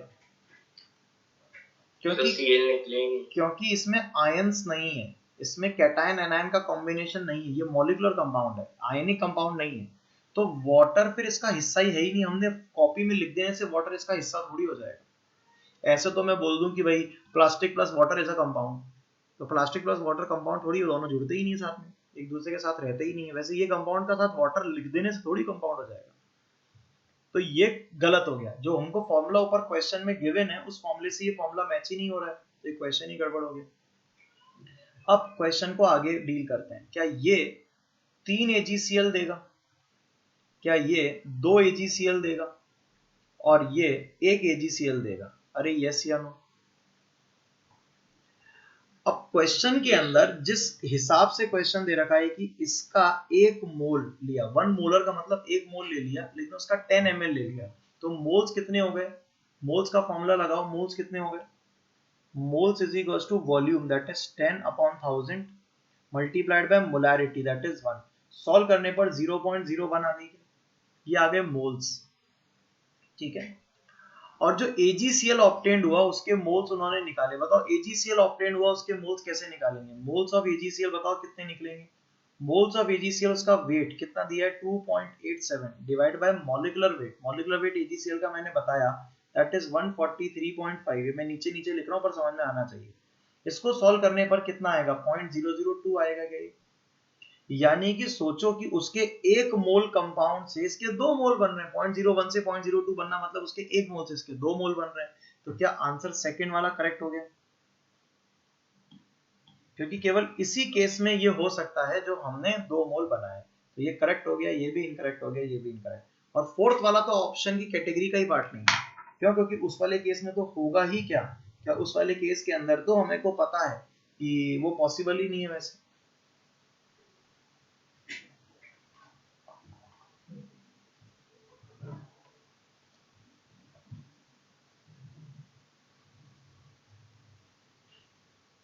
क्या वर्नर थ्योरी प्रॉपर्ली क्लियर हो गई? इस तरह से आपको एक रैंडम कंडीशंस दे दी जाएंगी, आपसे क्वेश्चंस पूछ लिया जाएगा।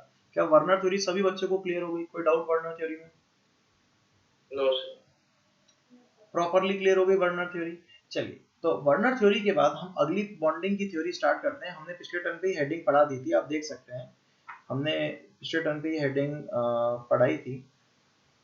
अरे भाई वो कहाँ गया, कर्सर ही नहीं आ रहा।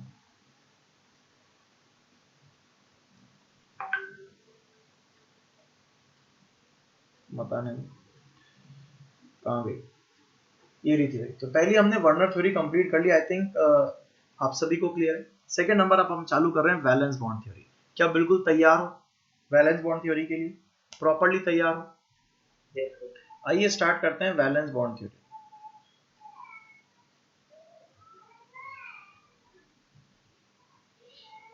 वैलेंस बॉन्ड थ्योरी देखो जरा सभी बच्चे, बहुत ध्यान से, बहुत गौर से, बहुत प्यार से अगली थ्योरी की तरफ, that is valence bond theory. जो हमने केमिकल बॉन्डिंग में वैलेंस बॉन्ड थ्योरी पढ़ी थी ना, उस थ्योरी और इस थ्योरी में कोई अंतर नहीं है। पहले तो इस बात को समझ लेना। आप में से किसी बच्चे को लगे सर उसमें तो हमने ऐसा करा था, ऐसा कोई नहीं है, बिल्कुल सेम थ्योरी है। VBT एक सिंपल कोवेलेंट बॉन्ड और एक कोऑर्डिनेट बॉन्ड में जो डिफरेंस है पहले अपन उसको जज करते हैं। मैंने कहा कि मेरे पास कोई एटम A है, उसकी B से रिएक्शन हुई और A सिंगल बॉन्ड B बना। इस समय पर A के पास एक इलेक्ट्रॉन था, B के पास एक इलेक्ट्रॉन था। इन दोनों ने अपना इलेक्ट्रॉन शेयर कर लिया और ये AB मॉलिक्यूल बना लिया।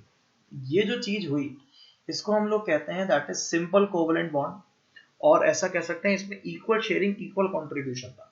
ये एक तरह का सिंपल कोवेलेंट बॉन्ड मैंने बना डाला और इसमें एक्चुअली क्या था, दैट इज इक्वल शेयरिंग थी और इक्वल कंट्रीब्यूशन था। इक्वल कंट्रीब्यूशन,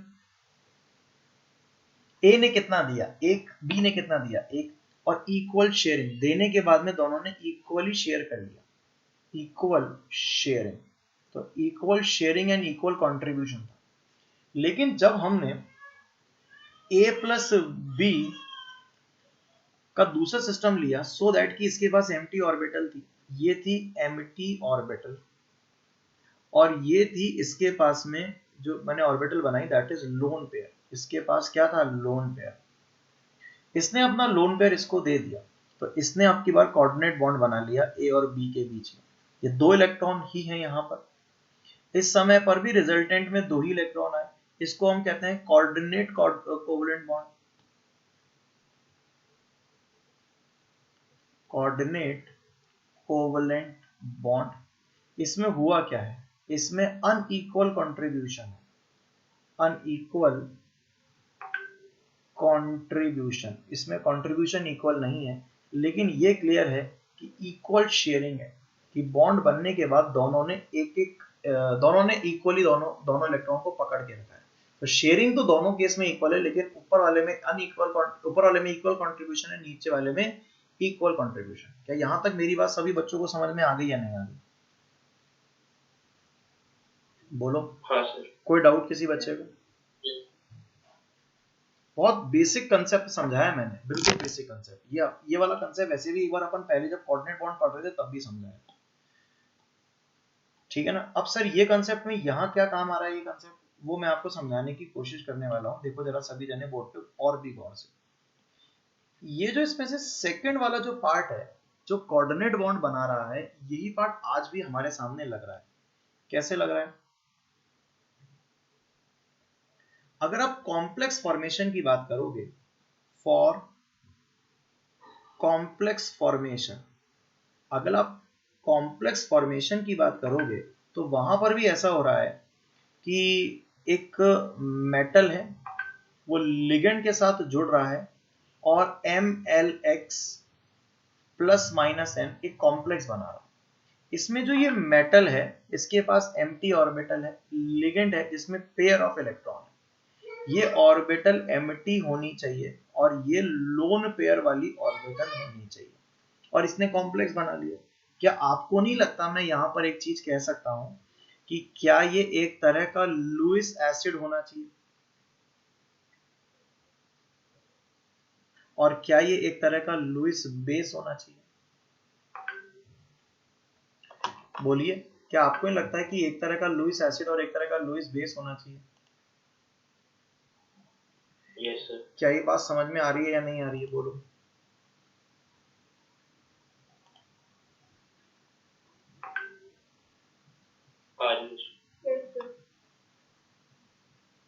कोई कंफ्यूजन हो तो बोलो।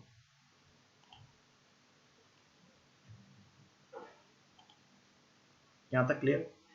क्या आपको नहीं लगता कि ये जो लिगेंड है अपना जब लोन पेयर इस मेटल को देगा और मेटल जिस ऑर्बिटल में इस लिगेंड को ले रहा है, मेटल जिस ऑर्बिटल में इस लिगेंड को ले रहा है, ये वाली जो ऑर्बिटल है ये एम्प्टी होनी चाहिए, और क्या लगे हाथ क्या ये हाइब्रिड भी होनी चाहिए, सो दैट कि जो कॉम्प्लेक्स बने वो स्टेबल बने। वैलेंस बॉन्ड थ्योरी में बेसिक कंसेप्ट ये है कि जो कॉम्प्लेक्स हम बना रहे हैं वो कॉम्प्लेक्स स्टेबल तभी बनेगा जब कि लिगेंड अपना जो लोन पेयर दे रहा है वो लोन पेयर मेटल कहां ले ले, मेटल कहां ले ले, अपनी एम्प्टी ऑर्बिटल में, लेकिन that orbital must be hybrid, so कि वो स्टेबल बॉन्ड बना ले। अरे बोलो भाई मेरे बेटे, समझ में आ गया नहीं आ गया? सो दैट कि वो क्या बॉन्ड बना ले, स्टेबल बॉन्ड बना ले। अगर ये बात समझ में आती है तो मैं कुछ पॉइंट्स लिखना चालू करने वाला हूं, आप जरा बोर्ड पर मेरा साथ दीजिएगा। Point number 1, according to valence bond theory, complexes के लिए बात कर रहे हैं, फॉर कॉम्प्लेक्सेस थ्योरी सेम ही है, बस कॉम्प्लेक्स फॉर्मेशन के लिए हमको अलग से पढ़नी है। फॉर कॉम्प्लेक्सेस, या इतना भी नहीं लिखे अपन तो जनरल बात ही लिख देते हैं। According to VBT,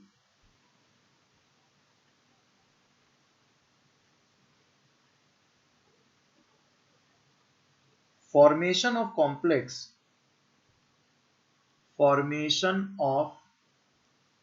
complex involves Lewis acid base interaction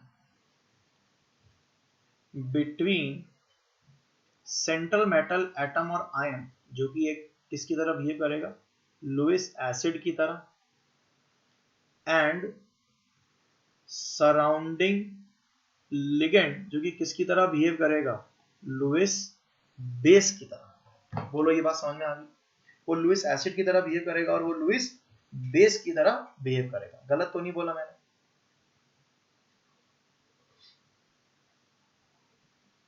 तो क्या आगे मैं ऐसा कह सकता हूं क्या कि सेंट्रल मेटल एटम और ion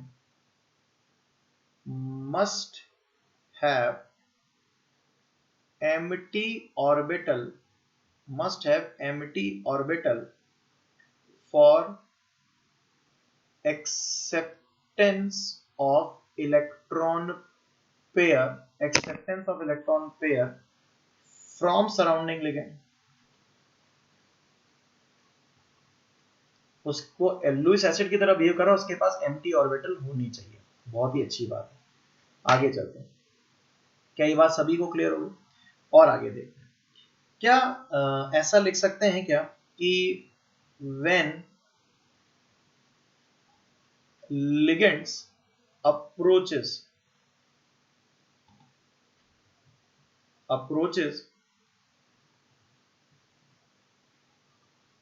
the central metal atom or ion through a fixed या definite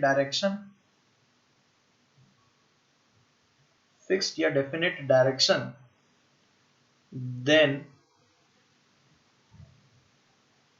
hybridization takes place in inner, या अभी ये सब मत देखें, hybridization takes place in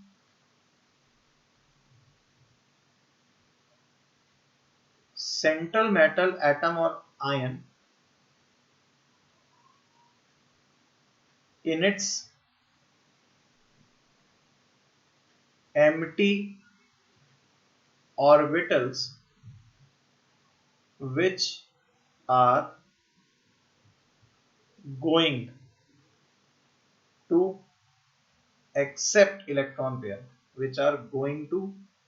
accept electron pairs, कि जो एम्प्टी ऑर्बिटल है जो कि इलेक्ट्रॉन पेयर एक्सेप्ट करना चाह रही हैं उसमें हाइब्रिडाइजेशन हो जाएगा।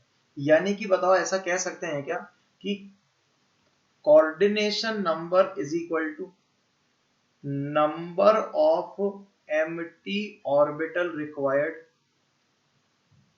number of empty orbital required is equals to hybridization। क्या ऐसा कह सकते हैं या नहीं कह सकते कि जितना कोऑर्डिनेशन नंबर है उतनी ही एम्प्टी ऑर्बिटल चाहिए, और जितनी एम्प्टी ऑर्बिटल है वो सभी हाइब्रिडाइजेशन करने के बाद ही कॉम्प्लेक्स बनाएंगी, तभी बॉन्ड बनाएंगी, तो उतना हाइब्रिडाइजेशन होना चाहिए। जैसे अगर वैल्यू 4 है तो sp3 5 है, तो आपने इस तरह से पढ़ रखा है ना, बस यहाँ पर भी वही चीज लगा लेंगे।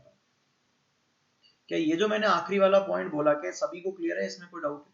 अच्छा, एक बात और कहता हूँ, मतलब आप सभी बच्चों से मैं कहता हूँ कि डोंट फील लाइक कि सर हम सवाल कैसे पूछें। ऑलवेज आप अपने सवालों को तैयार रखो, जब आपको लगता है अपने सवाल पूछ लो। अभी कभी भी अपने सवालों के लिए आप अपनी टेंशन मत लो, सर क्या होगा क्या नहीं होगा। सवालों का मतलब जो दिमाग में आता है वो जरूर पूछना, सो दैट कि टाइमली वो सवाल आपके दिमाग से क्लियर हो जाए।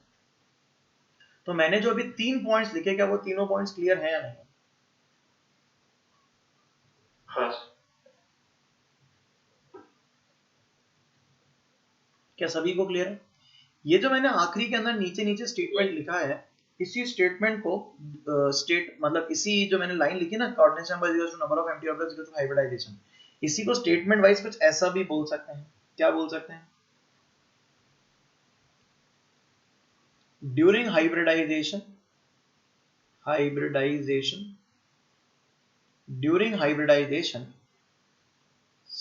some number of pure and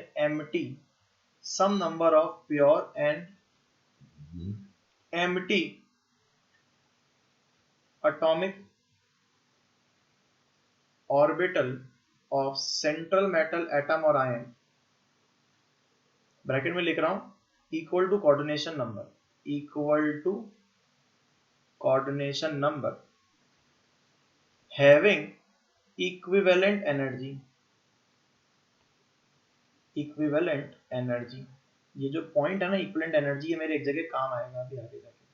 having equivalent energy mixed together to form, mixed together मतलब hybridization, to form same number of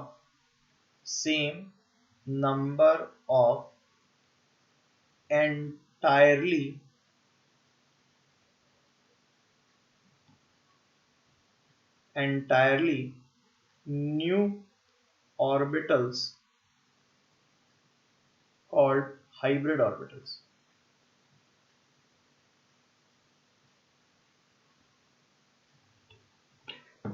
ये बात वही होगी ना कि जितना कोऑर्डिनेशन नंबर है उतनी ही एम्प्टी ऑर्बिटल होगी और वो मिक्स होके हाइब्रिडाइज ऑर्बिटल बना लेगी।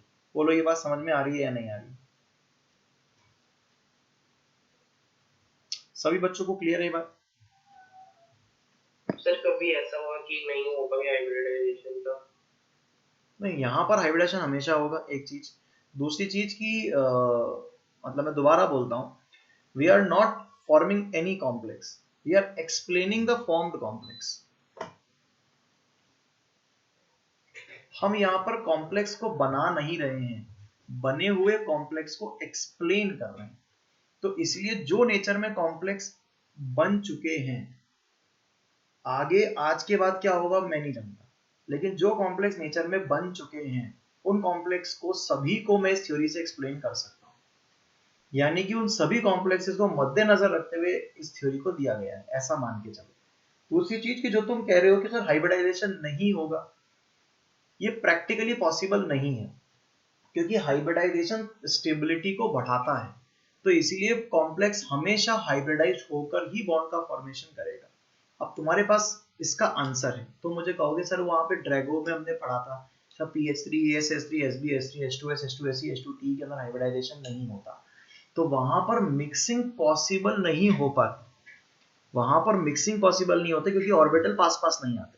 लेकिन वो तब होगा जब सराउंडिंग एटम की इलेक्ट्रोनेगेटिविटी इतनी कम होगी कि वहां पे कोई कंपाउंड मतलब वहां पे कोई कॉन्ट्रैक्शन ऑफ ऑर्बिटल्स नहीं होगा। लेकिन यहाँ वाले केस के अंदर तो हम वैसे ही ऑलरेडी जो लिगेंड्स लेके आ रहे हैं वो ऑर्बिटल्स को चेंज करेंगे उसकी नेचर। तो इसलिए कोई भी कॉम्प्लेक्स के अंदर हाइब्रिडाइजेशन नहीं होना नहीं देखा गया। हाइब्रिडाइजेशन बदल सकता है, तुम्हारी बात वो सही है, लेकिन हाइब्रिडाइजेशन होगा ये बात हमेशा ध्यान रखना। क्या ये बात सभी बच्चों को क्लियर है? Yes sir. ये वाली बात हमने अगली जो लिखने जा रहे हैं, ये वाली बात हमने पहले भी डिस्कस कर रखी है जब हम वीबीटी नॉर्मल पढ़ रहे थे। क्या थी ये बात? The hybrid orbital formed, a hybrid orbital formed arrange themselves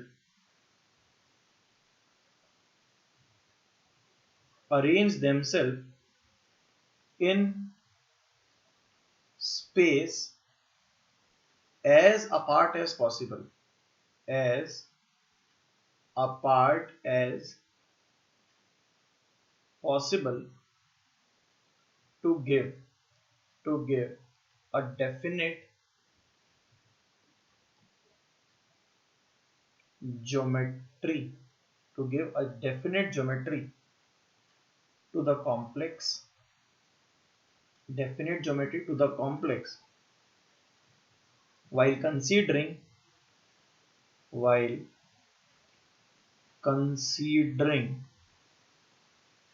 the nature of pure atomic orbital, from which nature of pure atomic orbitals from which these are formed, ये क्या बात हुई जो हम बोल रहे हैं? आप लोगों को मैं इसका स्टेटमेंट पुराना याद दिलाता हूँ। अगर एक जो 4 ऑर्बिटल है, तो 4 ऑर्बिटल, एक s3p sp3 भी हो सकती है, वो 4 ऑर्बिटल क्या d3s भी हो सकती है, 4 ऑर्बिटल dsp2 भी हो सकती है। अब आप देखिए, कहने को 4 ही ऑर्बिटल है, लेकिन अलग अलग, कहने को हाइब्रिडाइजेशन कोऑर्डिनेशन नंबर 4 ही है, लेकिन ऑर्बिटल अलग अलग होने से शेप अलग अलग हो सकता है। अब जैसे sp3 और d3s के अंदर तो 3D शेप बनना था, इसलिए दोनों में टेट्राहेड्रल बन गया, जबकि dsp2 जो था उसके अंदर स्क्वायर प्लेनर शेप बना। तो आप सिर्फ ये मत देखना कि कोऑर्डिनेशन नंबर कितना है, आप साथ में ये भी देखना कि कौन सी ऑर्बिटल मिक्स हो रही है, वो हम एक एक करके अब पढ़ने जा रहे हैं। यहां तक जो मैंने बोला, क्या सभी बच्चों को क्लियर है? इससे रिलेटेड कोई डाउट किसी बच्चे को? No sir. ठीक है, तो यहाँ पे होने के बाद में बाकी सब बच्चे भी एक बार यस या नो तो बोल ही सकते हो यार, मतलब ऐसा तो है नहीं कि वो नहीं बोल सकते हो। Yes sir.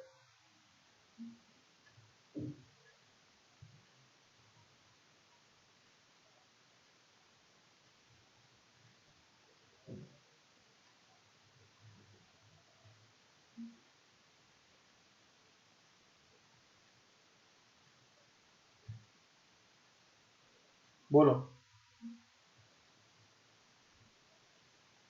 चलूं आगे? तो हमने यहाँ पर 1 बाय 1 सारे कोऑर्डिनेशन नंबर पढ़े, देखते जाइए। सबसे पहला मैं फर्स्ट पार्ट बात करके चलता हूँ, कोऑर्डिनेशन नंबर 2। ध्यान से देखते जाना। अगर कोऑर्डिनेशन नंबर 2 है तो ऐसी कंडीशन में पहला पार्ट मेरे पास आता है हाइब्रिडाइजेशन। बताओ हाइब्रिडाइजेशन कितना हो जाएगा? sp हो जाएगा। दूसरी चीज ऑर्बिटल इन्वॉल्व निकालो, ऑर्बिटल इन्वॉल्व, ऑर्बिटल जो इन्वॉल्व होगी that is s plus px और py और pz, इनमें से एनी वन, कोई भी वन हो सकती है। ठीक है, क्या ये बात सभी बच्चों को क्लियर है? तो हमने कहा कि मान लो यहाँ पर s प्लस px जुड़ रहा है, ये s है और ये px है, तो दोनों जब जुड़ेंगे तो sp जैसे दो ऑर्बिटल बनेंगे, एक ऑर्बिटल ये रहा और एक ऑर्बिटल ये रहा। सिंपल, बिल्कुल सिंपल सिंपल मैंने बोला। तो इसके बेसिस पे अगर मुझसे कोई पूछे रेगुलर ज्योमेट्री, तो रेगुलर ज्योमेट्री होगी दैट इज लीनियर ज्योमेट्री होगी। बताओ कोऑर्डिनेशन नंबर 2 सभी को क्लियर है? किसी बच्चे के दिमाग में अब यहाँ पर एक सवाल आता है कि सर क्या इस जगह पर हमें ऐसा नहीं लग रहा कि अगर लोन पेयर आ गया तो? समझो, सेंट्रल एटम पे कभी लोन पेयर आएगा ही नहीं, और ये शानदार चीज, याद है अपन ने जैसे वीबीटी वहां पढ़ते थे कि sp3 होगा तो उसमें चारों बॉन्ड पेयर, एक लोन पेयर तीन बॉन्ड पेयर, दो लोन पेयर दो बॉन्ड पेयर, एक बॉन्ड पेयर तीन लोन पेयर, ऐसे सारी एक एक करके अपन कैटेगरीज लेते थे। पर यहाँ पर कभी ऐसा नहीं होगा। क्यों नहीं होगा? क्योंकि सेंट्रल एटम जो होगा वो कभी अपने पास लोन पेयर नहीं ले, मतलब लोन पेयर उसके पास होगा नहीं। क्यों नहीं होगा? क्योंकि वो तो उन्हीं ऑर्बिटल को हाइब्रिडाइज कर रहा है जो कि एम्प्टी है। ये ऑर्बिटल कैसी हैं? एम्प्टी हैं, और इसी में लिगेंड अपना लोन पेयर लाकर दे देगा। तो मेटल की कोई और ऑर्बिटल जो कि ऑलरेडी भरी हो, जिसमें पेयर ऑफ इलेक्ट्रॉन हो, वो तो वैसे भी बॉन्ड नहीं बनाएगी, हाइब्रिडाइजेशन नहीं करेगी। तो यहाँ पर कभी भी अपन ऐसा कह सकते हैं लोन पेयर वाला टंटा ही नहीं रहेगा, टेंशन ही नहीं देगी लोन पेयर वाला। क्या सभी बच्चों को क्लियर हो गई मेरी बात? यहाँ तो जो एम्प्टी ऑर्बिटल है वही बॉन्ड बना रही है, तो जितने बॉन्ड बनेंगे सारे सिग्मा बॉन्ड बनेंगे। क्लियर हो गई मेरी बात? ठीक है, आगे आता है और उसके आता है कोऑर्डिनेशन नंबर 3। बड़ा सिंपल सा है, इसके अंदर भी आंसर हम ऐसे ही दे सकते हैं। हाइब्रिडाइजेशन की वैल्यू दैट इज sp2 है। अगर कोई हमसे पूछे तो हम तो बता सकते हैं कि ऑर्बिटल इन्वॉल्व क्या है, that is s plus px और py और pz, इनमें से एनी टू, कोई दो ले लो इसमें से। तो हमने यहाँ पर क्या किया, ये s plus px plus py ले लिया। ये s ऑर्बिटल है, ये px ऑर्बिटल है, और मान लेते हैं ये py ऑर्बिटल है। जब ये बनेगा तो sp2 वाले तीन ऑर्बिटल बन जाएंगे। ये तीन ऑर्बिटल xy प्लेन में होंगे, क्योंकि मैंने इनको xy प्लेन का ही लिया है। तो मैंने ये तीन ऑर्बिटल बना दिए xy प्लेन में, समथिंग लाइक दिस। क्लियर है? अगर इसकी रेगुलर ज्योमेट्री के बारे में बात करें तो आपको सबको आती है। रेगुलर ज्योमेट्री क्या होगी? क्या वो ट्राइगोनल प्लेनर होगी या नहीं होगी? Trigonal planar.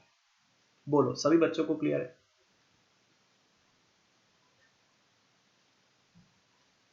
सर इनमें हम ऐसा बोल सकते हैं क्या कि जो जिनमें इलेक्ट्रॉन ऑलरेडी पेयर्ड है वो हाइब्रिडाइज ही नहीं होती, तो नॉन हाइब्रिड ऑर्बिटल्स कहलाती है। प्योर ऑर्बिटल है, नॉन हाइब्रिड ऑर्बिटल है, पीछे रह जाएंगे, उनका कोई काम ही नहीं है। इलेक्ट्रॉन पेयर वैसा का वैसा पड़ा रहेगा उसके अंदर।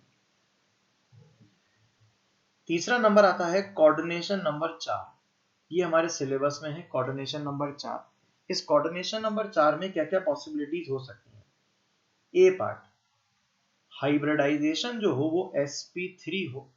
अगर sp3 होगा तो जो ऑर्बिटल इन्वॉल्व होगी वो कौन सी होंगी? क्या ऑर्बिटल इन्वॉल्व अगर हम इसमें पूछें तो ऑर्बिटल जो इन्वॉल्व होंगी वो होंगी s plus px plus py plus pz। ये चार ऑर्बिटल इसमें हमारी इन्वॉल्व होंगी। और ये जो चार ऑर्बिटल हैं जब ये अपने आप को मैक्सिमम दूरी पर अरेंज करेंगी तो we get the tetrahedral structure. तो हमें यहाँ पर एक टेट्राहेड्रल स्ट्रक्चर ऑब्जर्व होगा। तो ये टेट्राहेड्रल है। इसका जो ज्योमेट्री हो गई वो ज्योमेट्री क्या हो गई? Tetrahedral. On the other way, अगर मैंने कहा इसी का बी पार्ट हम यहां लेके चलते हैं। बी पार्ट क्या है?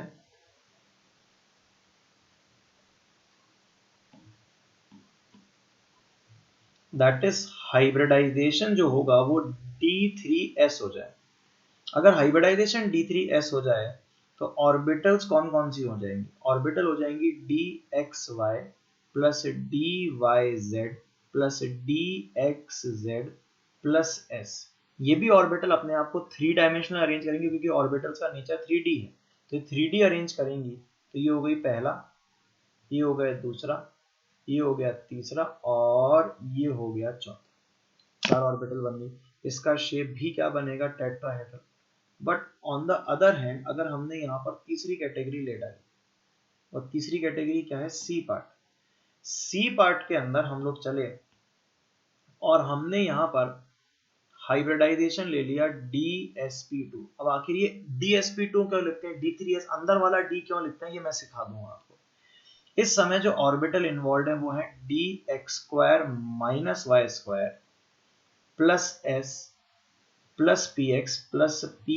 ये ऑर्बिटल इन्वॉल्व है, इसमें कोई भी z एक्सिस पे नहीं है। तो जब चार ऑब्टेंड होंगी वो चार हमें प्लेन में ऑब्टेंड होंगी, और अगर वो चार प्लेन में ऑब्टेंड होंगी तो जो ज्योमेट्री बनेगी इसको यूज करके वो ज्योमेट्री स्क्वायर प्लेनर ज्योमेट्री बनेगी। जो ज्योमेट्री बनेगी वो कैसी बनेगी? Square planar geometry. बोलो, ये तीनों बातें आप सभी बच्चों को समझ में आ गई क्या? ये जो बातें मैंने आपको बताई that is related to coordination number 4। sp3 होगा तो टेट्राहेड्रल, d3s होगा तो टेट्राहेड्रल, और अगर dsp2 होगा तो स्क्वायर प्लेनर और क्यों। क्या सारी बातें आप सभी बच्चों को क्लियर है या आप में से किसी बच्चे को इससे रिलेटेड कोई डाउट है? क्लियर है सर। श्रेया, यशस्वी और भव और सभी बच्चे बताओ को क्लियर है या कोई डाउट है बेटा? विश्वास, वंशिका बोल बेटा। यस सर, क्लियर है। क्लियर है परफेक्टली? Yes sir. ठीक है, आगे चलते हैं। That is coordination number 5। Coordination number 5। Coordination number 5 में क्या क्या पॉसिबिलिटीज हो सकती हैं वो अपन एक एक करके लेके चलते हैं। हाइब्रिडाइजेशन जो हो सकता है वो हो सकता है sp3d हो या dsp3 हो। अब इन दोनों में फर्क क्या है ये सब सीखेंगे, अभी तो थ्योरीज चालू हुई है, इसलिए आराम से टेंशन फ्री होकर समझते जाओ। लेकिन यहाँ दो केसेस हैं। वो दो केसेस क्या है कि ऑर्बिटल इन्वॉल्व जो है वो कौन कौन सी है, s plus p x plus p y plus p z plus d z square. और दूसरी पॉसिबिलिटी इसके अंदर जो है वो क्या है, दूसरी पॉसिबिलिटी हमारे पास है वो मैं ऑर्बिटल यहां पर लिख देता हूं।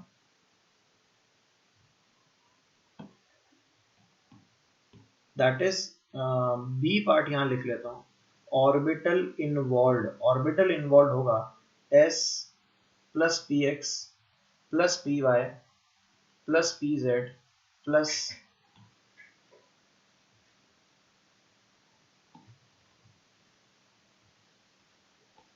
प्लस कौन आ गया, that is d x square minus y square. ये दो फर्क है। ये वाली ऑर्बिटल में फर्क आ रहा है, यहां पर डी जेड स्क्वायर है, यहाँ d x square minus y square.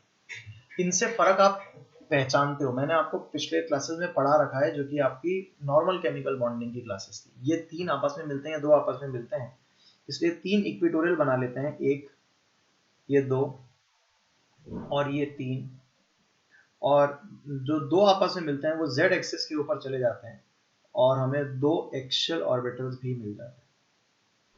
क्या ये जो ज्योमेट्री है इसका नाम हमें से सब बच्चे जानते हैं, दैट इज ट्राइगोनल बाइपिरामिडल।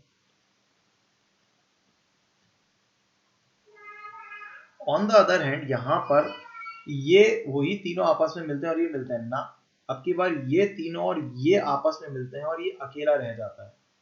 ये जो अकेला रह जाता है इसका क्या, इसी तरह से यहां पर भी चार ऑर्बिटल बन जाएंगी, एक दो तीन और चार, और एक जो ऑर्बिटल है वो एक ऑर्बिटल हमारे को कहां मिलेगा, एक्सियल पे मिलेगा। इसीलिए इस ज्योमेट्री को हम लोग क्या बोलते हैं, that is square pyramidal. Square pyramidal. आगे जाके आप सॉलिड स्टेट चैप्टर पढ़ोगे तब आप ये देखोगे this is also known as tetragonal. Tetragonal, पर मैं बता रहा हूँ मिनिमम यूज आता है ये शब्द, हर एक इसको स्क्वायर पिरामिडल के नाम से ही जानता है। ये सब एम्प्टी ऑर्बिटल्स हैं सेंट्रल मेटल एटम की जो हाइब्रिडाइज होकर बनी है, इनमें लिगेंड अपना लोन पेयर देने आने वाला है। क्या बताओ ये बात सभी बच्चों को क्लियर हो गई या नहीं हो गई? आगे चलते हैं, अगला आता है हमारे पास दैट इज फिफ्थ नंबर और वो है कोऑर्डिनेशन नंबर 6। कोऑर्डिनेशन नंबर 6 में सबसे इंपॉर्टेंट है हाइब्रिडाइजेशन कैन बी sp3d2 और d2sp3। इस समय पर ऑर्बिटल इन्वॉल्व जो आएगा, इस समय पर जो ऑर्बिटल इन्वॉल्व होगा वो क्या होगा, s plus p x plus p y plus p z plus d x square minus y square और डी जेड स्क्वायर, यही ऑर्बिटल इन्वॉल्व होते हैं। तो ये कुल मिलाकर 6 ऑर्बिटल जुड़ेंगे तो 6 ऑर्बिटल बन जाएंगे, 1 2 3 4 5 6, ये 6 ऑर्बिटल बन गए। अब इसका जो शेप है वो आप सभी बच्चे जानते हैं, दैट इज ऑक्टाहेड्रल। क्या नाम है इसका, ऑक्टाहेड्रल। डन। यहाँ तक क्या मैंने जो भी बात बोली सभी बच्चों को प्रॉपर्ली क्लियर होगी? कोई डाउट किसी बच्चे को आया हो तो बोलिए।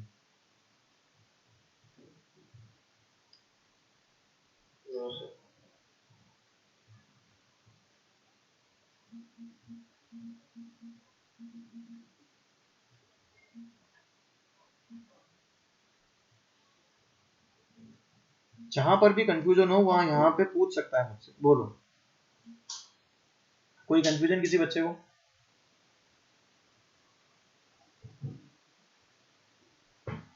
ऑनलाइन यूट्यूब पे भी जो अटेंड कर रहे हैं उनको डाउट हो तो पूछ लीजिए भाई। नहीं, चलते हैं। तो ये हमने कोऑर्डिनेशन नंबर 6 तक ज्योमेट्रीज पढ़ ली। यहाँ तक ज्योमेट्रीज मुझे लगता है सभी बच्चों को क्लियर है। अब बॉन्ड बनाना सीखते हैं, असली बॉन्डिंग करना सीखते हैं, ठीक है ना? कैसे इन बॉन्ड को बनाना है, क्या करना है, वो एक एक करके सीखेंगे।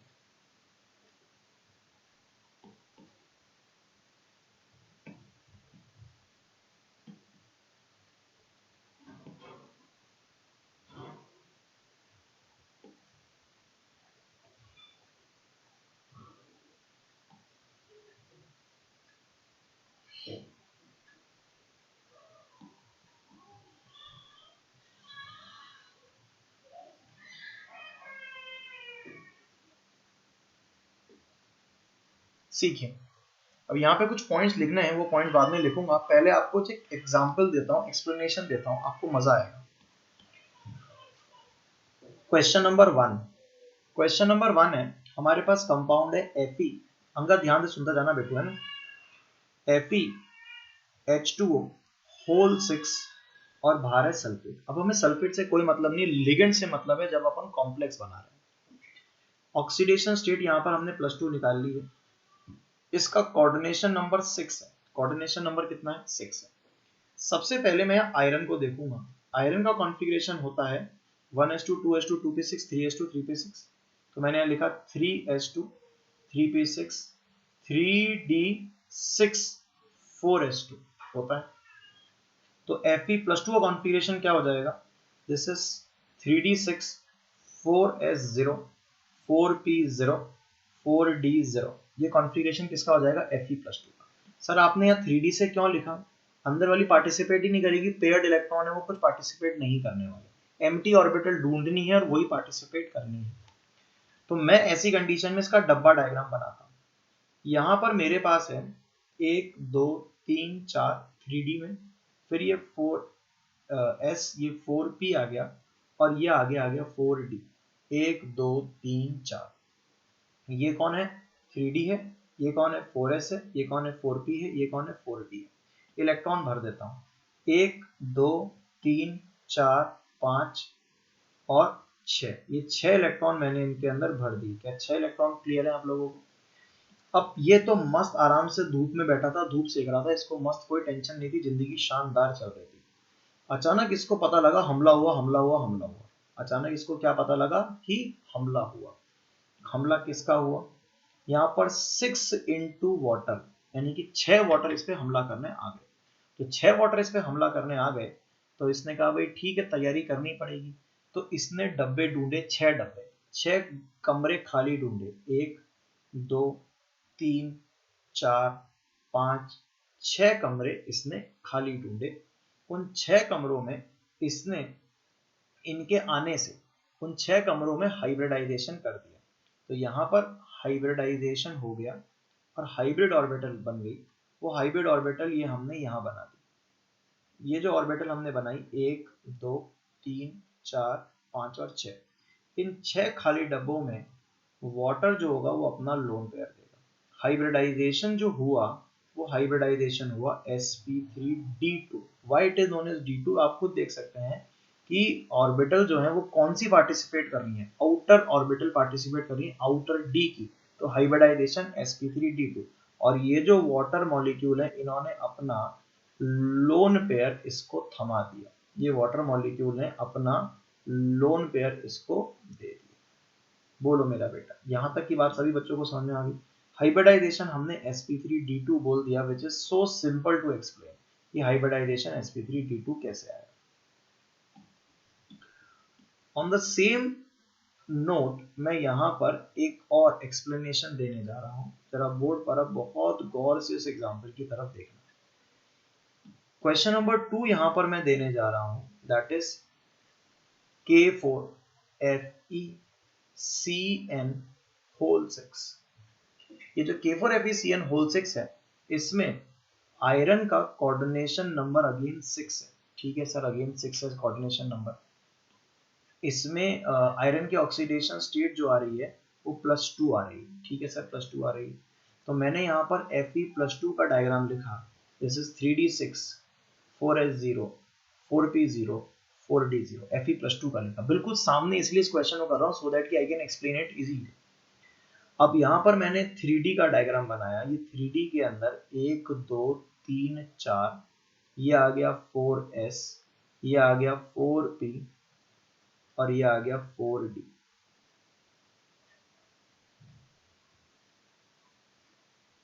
ठीक है ना, ये कौन है बेटू? 3D। ये है 4s, ये है 4p और ये है 4d। इसमें 3D के अंदर इलेक्ट्रॉन में रख देता हूं, दैट इज 1 2 3 4 5 और ये 6। ठीक है, अब इसी तरीके से हमने क्या बोला कि ये बैठा था मस्त धूप सेक रहा था और 6 इंटू साइनाइड आए। साइनाइड को सर इतनी क्या प्रायोरिटी बोल बोल के बता रहे हो आप? Cyanide are known as strong field ligand, जबकि जो वाटर था that water is known as weak field ligand. Sir ये क्या होता है? पता नहीं क्या होता है, सीखेंगे इनको क्या होता है, पर ये मान के चलो कि कुछ स्ट्रॉन्ग फील्ड और वीक फील्ड जैसे कुछ शब्द होते हैं। स्ट्रॉन्ग फील्ड लिगेंड इलेक्ट्रॉन की पेयरिंग के लिए रिस्पॉन्सिबल होता है। तो यहां पर इलेक्ट्रॉन की पेयरिंग हो गई। सर ये क्या बोलना चाह रहे हो आप? देखो इलेक्ट्रॉन की पेयरिंग करके दिखाता हूं आपको, पकड़ में आ जाएगी बात। ये वही 3D है जो मैंने ऊपर बनाया था। इसमें 1 2 3 4, ये कौन है? 4s, ये कौन है? 4p और इसके आगे यहां कौन है? 4d। ये जो इलेक्ट्रॉन्स आपको यहां पर दिख रहे हैं ये आइसोलेटेड स्टेट की कहानी है, लेकिन जैसे इस पे लिगेंड साइनाइड ने अटैक करा, ये इलेक्ट्रॉन्स पेयर्ड अप हो गए। 6 इलेक्ट्रॉन को पेयर्ड अप कर दिया मैंने, 1 2 3 4 5 और 6। ये 6 इलेक्ट्रॉन पेयर्ड अप हो गए। अब इनका कोई काम नहीं है, अब हमको डब्बे गिनने 6 जहां पे साइनाइड अपना लोन पेयर देने वाला है। तो 6 डब्बे गिनो, 1 2 3 4 5 6। ये 6 डब्बे मैंने गिने और इन सबको मिक्स कर दिया। इन सबको हमने क्या कर दिया? मिक्स कर दिया या हाइब्रिडाइजेशन कर दिया। तो हाइब्रिडाइजेशन की वैल्यू आ गई है D2sp3। हाइब्रिडाइजेशन क्या आ गया है? D2sp3। अब आपके सामने लेफ्ट और राइट पर दो एग्जांपल्स हैं। उन दोनों एग्जांपल्स के अंदर आप देख सकते हैं कि मैंने आपको एक जगह हाइब्रिडाइजेशन sp3d2 पढ़ाया और एक जगह हाइब्रिडाइजेशन दैट इज D2sp3 पढ़ाया। दोनों को एक जैसा सा शक्ल दे देता हूँ। ये मैंने यहाँ से इसको लिया कॉपी और यहाँ पर इसको कर दिया मैंने पेस्ट। सब कुछ एग्जैक्ट सेम है। यहाँ पर हाइब्रिडाइजेशन जो है वो हाइब्रिडाइजेशन क्या है? Hybridization is D2sp3। अंदर वाला D काम आया, सो कॉल्ड D2sp3, वहां बाहर वाला D काम आया था। ये साइनाइड, ये साइनाइड, ये साइनाइड 3, ये 4, ये 5 और ये 6 साइनाइड। ये 6 साइनाइड ने अपने लोन कर दी थी। क्या दोनों क्वेश्चन का डिफरेंस क्लियर हो गया सभी बच्चों को? अब इसका मतलब ले दे के सारी कहानी अटक गई इस मामले में। सर ये एक नई चीज हमें मिली, बाकी तो हम कर लेंगे, खाली डब्बे ढूंढ के उसमें बॉन्ड बना देंगे, उसका हाइब्रिडाइजेशन करवा देंगे, लेकिन ये जो स्ट्रॉन्ग फील्ड लिगेंड है और वीक फील्ड लिगेंड है ये बात समझ में नहीं आई। कोई बात नहीं, बताने दो, अभी सीखते हैं इसको भी। तो हमने बस आपको ये समझाया कि किसी भी कॉम्प्लेक्स के फॉर्मेशन के दौरान आपको लोवेस्ट एनर्जी वाले खाली डब्बे ढूंढने हैं। जैसे कि आपको पहले वाले एग्जाम्पल के अंदर लोवेस्ट एनर्जी वाले जो खाली डब्बे मैंने ढूंढे थे वो कहाँ थे? वो था 4s 4p और 4d के अंदर। यहाँ पर मैंने लोवेस्ट एनर्जी वाले खाली डब्बे ढूंढे तो ये था D2sp3 के अंदर। तो जो खाली डब्बे होते हैं वो मिलते हैं और हाइब्रिडाइजेशन कर लेते हैं। तो यहाँ पर आपके सामने हाइब्रिड ऑर्बिटल्स आ गए 6, यहाँ पर भी हाइब्रिड ऑर्बिटल्स आ गए 6, लेकिन दोनों का नाम अलग अलग है। तो पहले वाले में हाइब्रिड ऑर्बिटल थे sp3d2 और दूसरे वाले में हाइब्रिड ऑर्बिटल थे D2sp3। तो this is the simplest theory, valence bond theory, जिसमें खाली डब्बे ढूंढ के उनको मिक्स करके हाइब्रिड ऑर्बिटल बनाना है इक्वल टू कोऑर्डिनेशन नंबर। यहाँ कोऑर्डिनेशन नंबर 6 था तो मैंने 6 डब्बे ढूंढे, यहाँ पर भी कोऑर्डिनेशन नंबर 6 था तो मैंने 6 डब्बे ढूंढे। समझ में आ गया नहीं आ गया? Yes.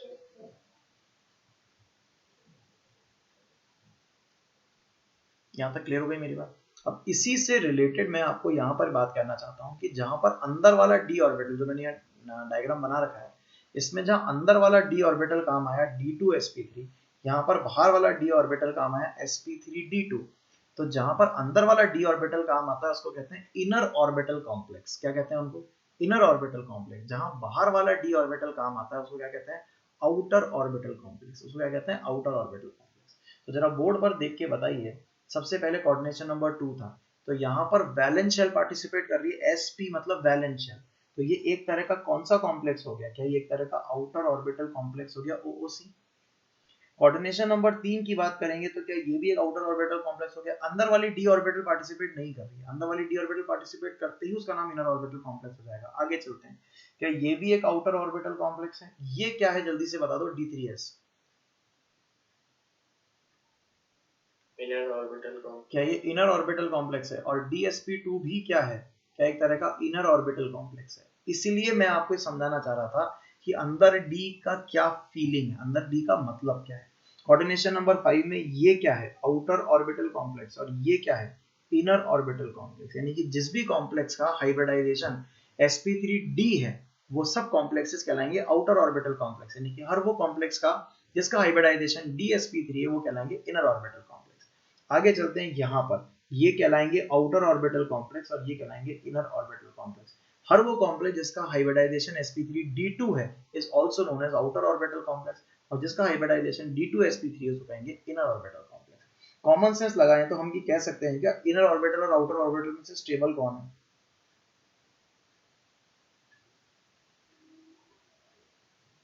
Inner orbital. Inner orbital, क्योंकि अंदर वाला ऑर्बिटल कहाँ आ रहा है। तो यहां पर मेरे पास नोट नंबर 1 आता है। नोट नंबर 1 क्या है? when inner d orbitals are involved, या एक होगी तो एक, are involved in hybridization, are involved in hybridization, then such complexes are known as inner orbital complexes। उनको inner orbital complexes कहेंगे।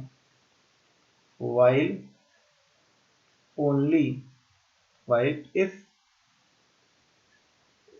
only valence shell orbitals are involved, valence shell orbitals are involved, then such complexes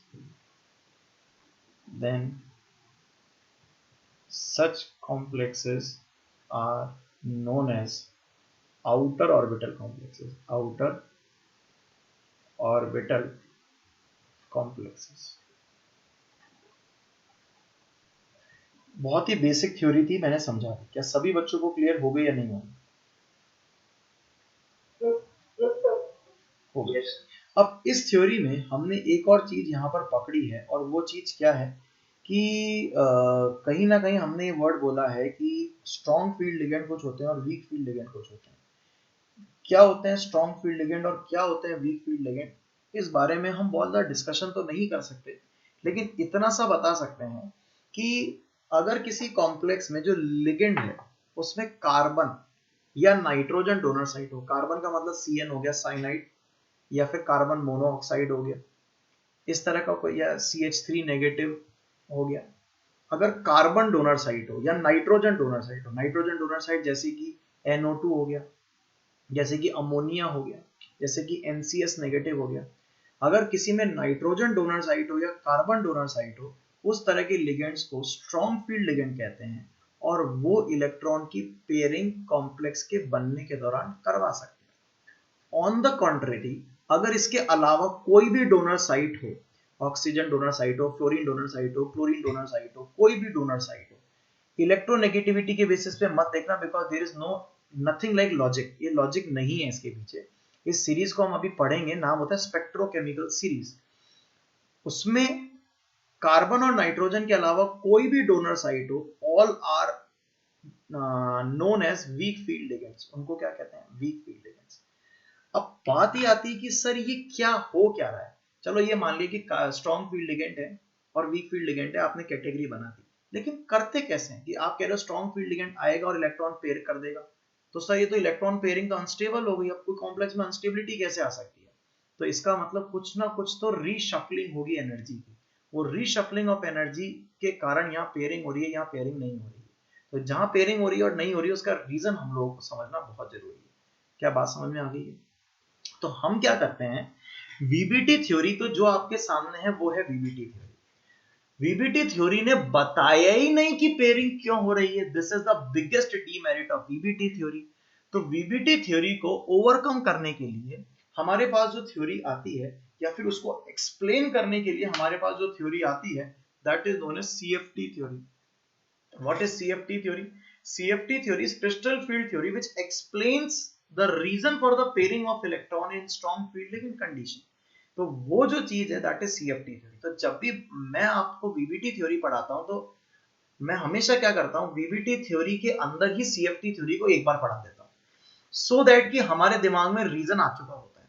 अब जब reason हमारे दिमाग में आ चुका होता है ना, तो हम क्या करते हैं कि फिर कभी भी VBT थ्योरी को भी सॉल्व करते वक्त बैक ऑफ द माइंड वो रीजन रहता है और हम कभी गलती नहीं करते, आंसर हमेशा सही करते हैं।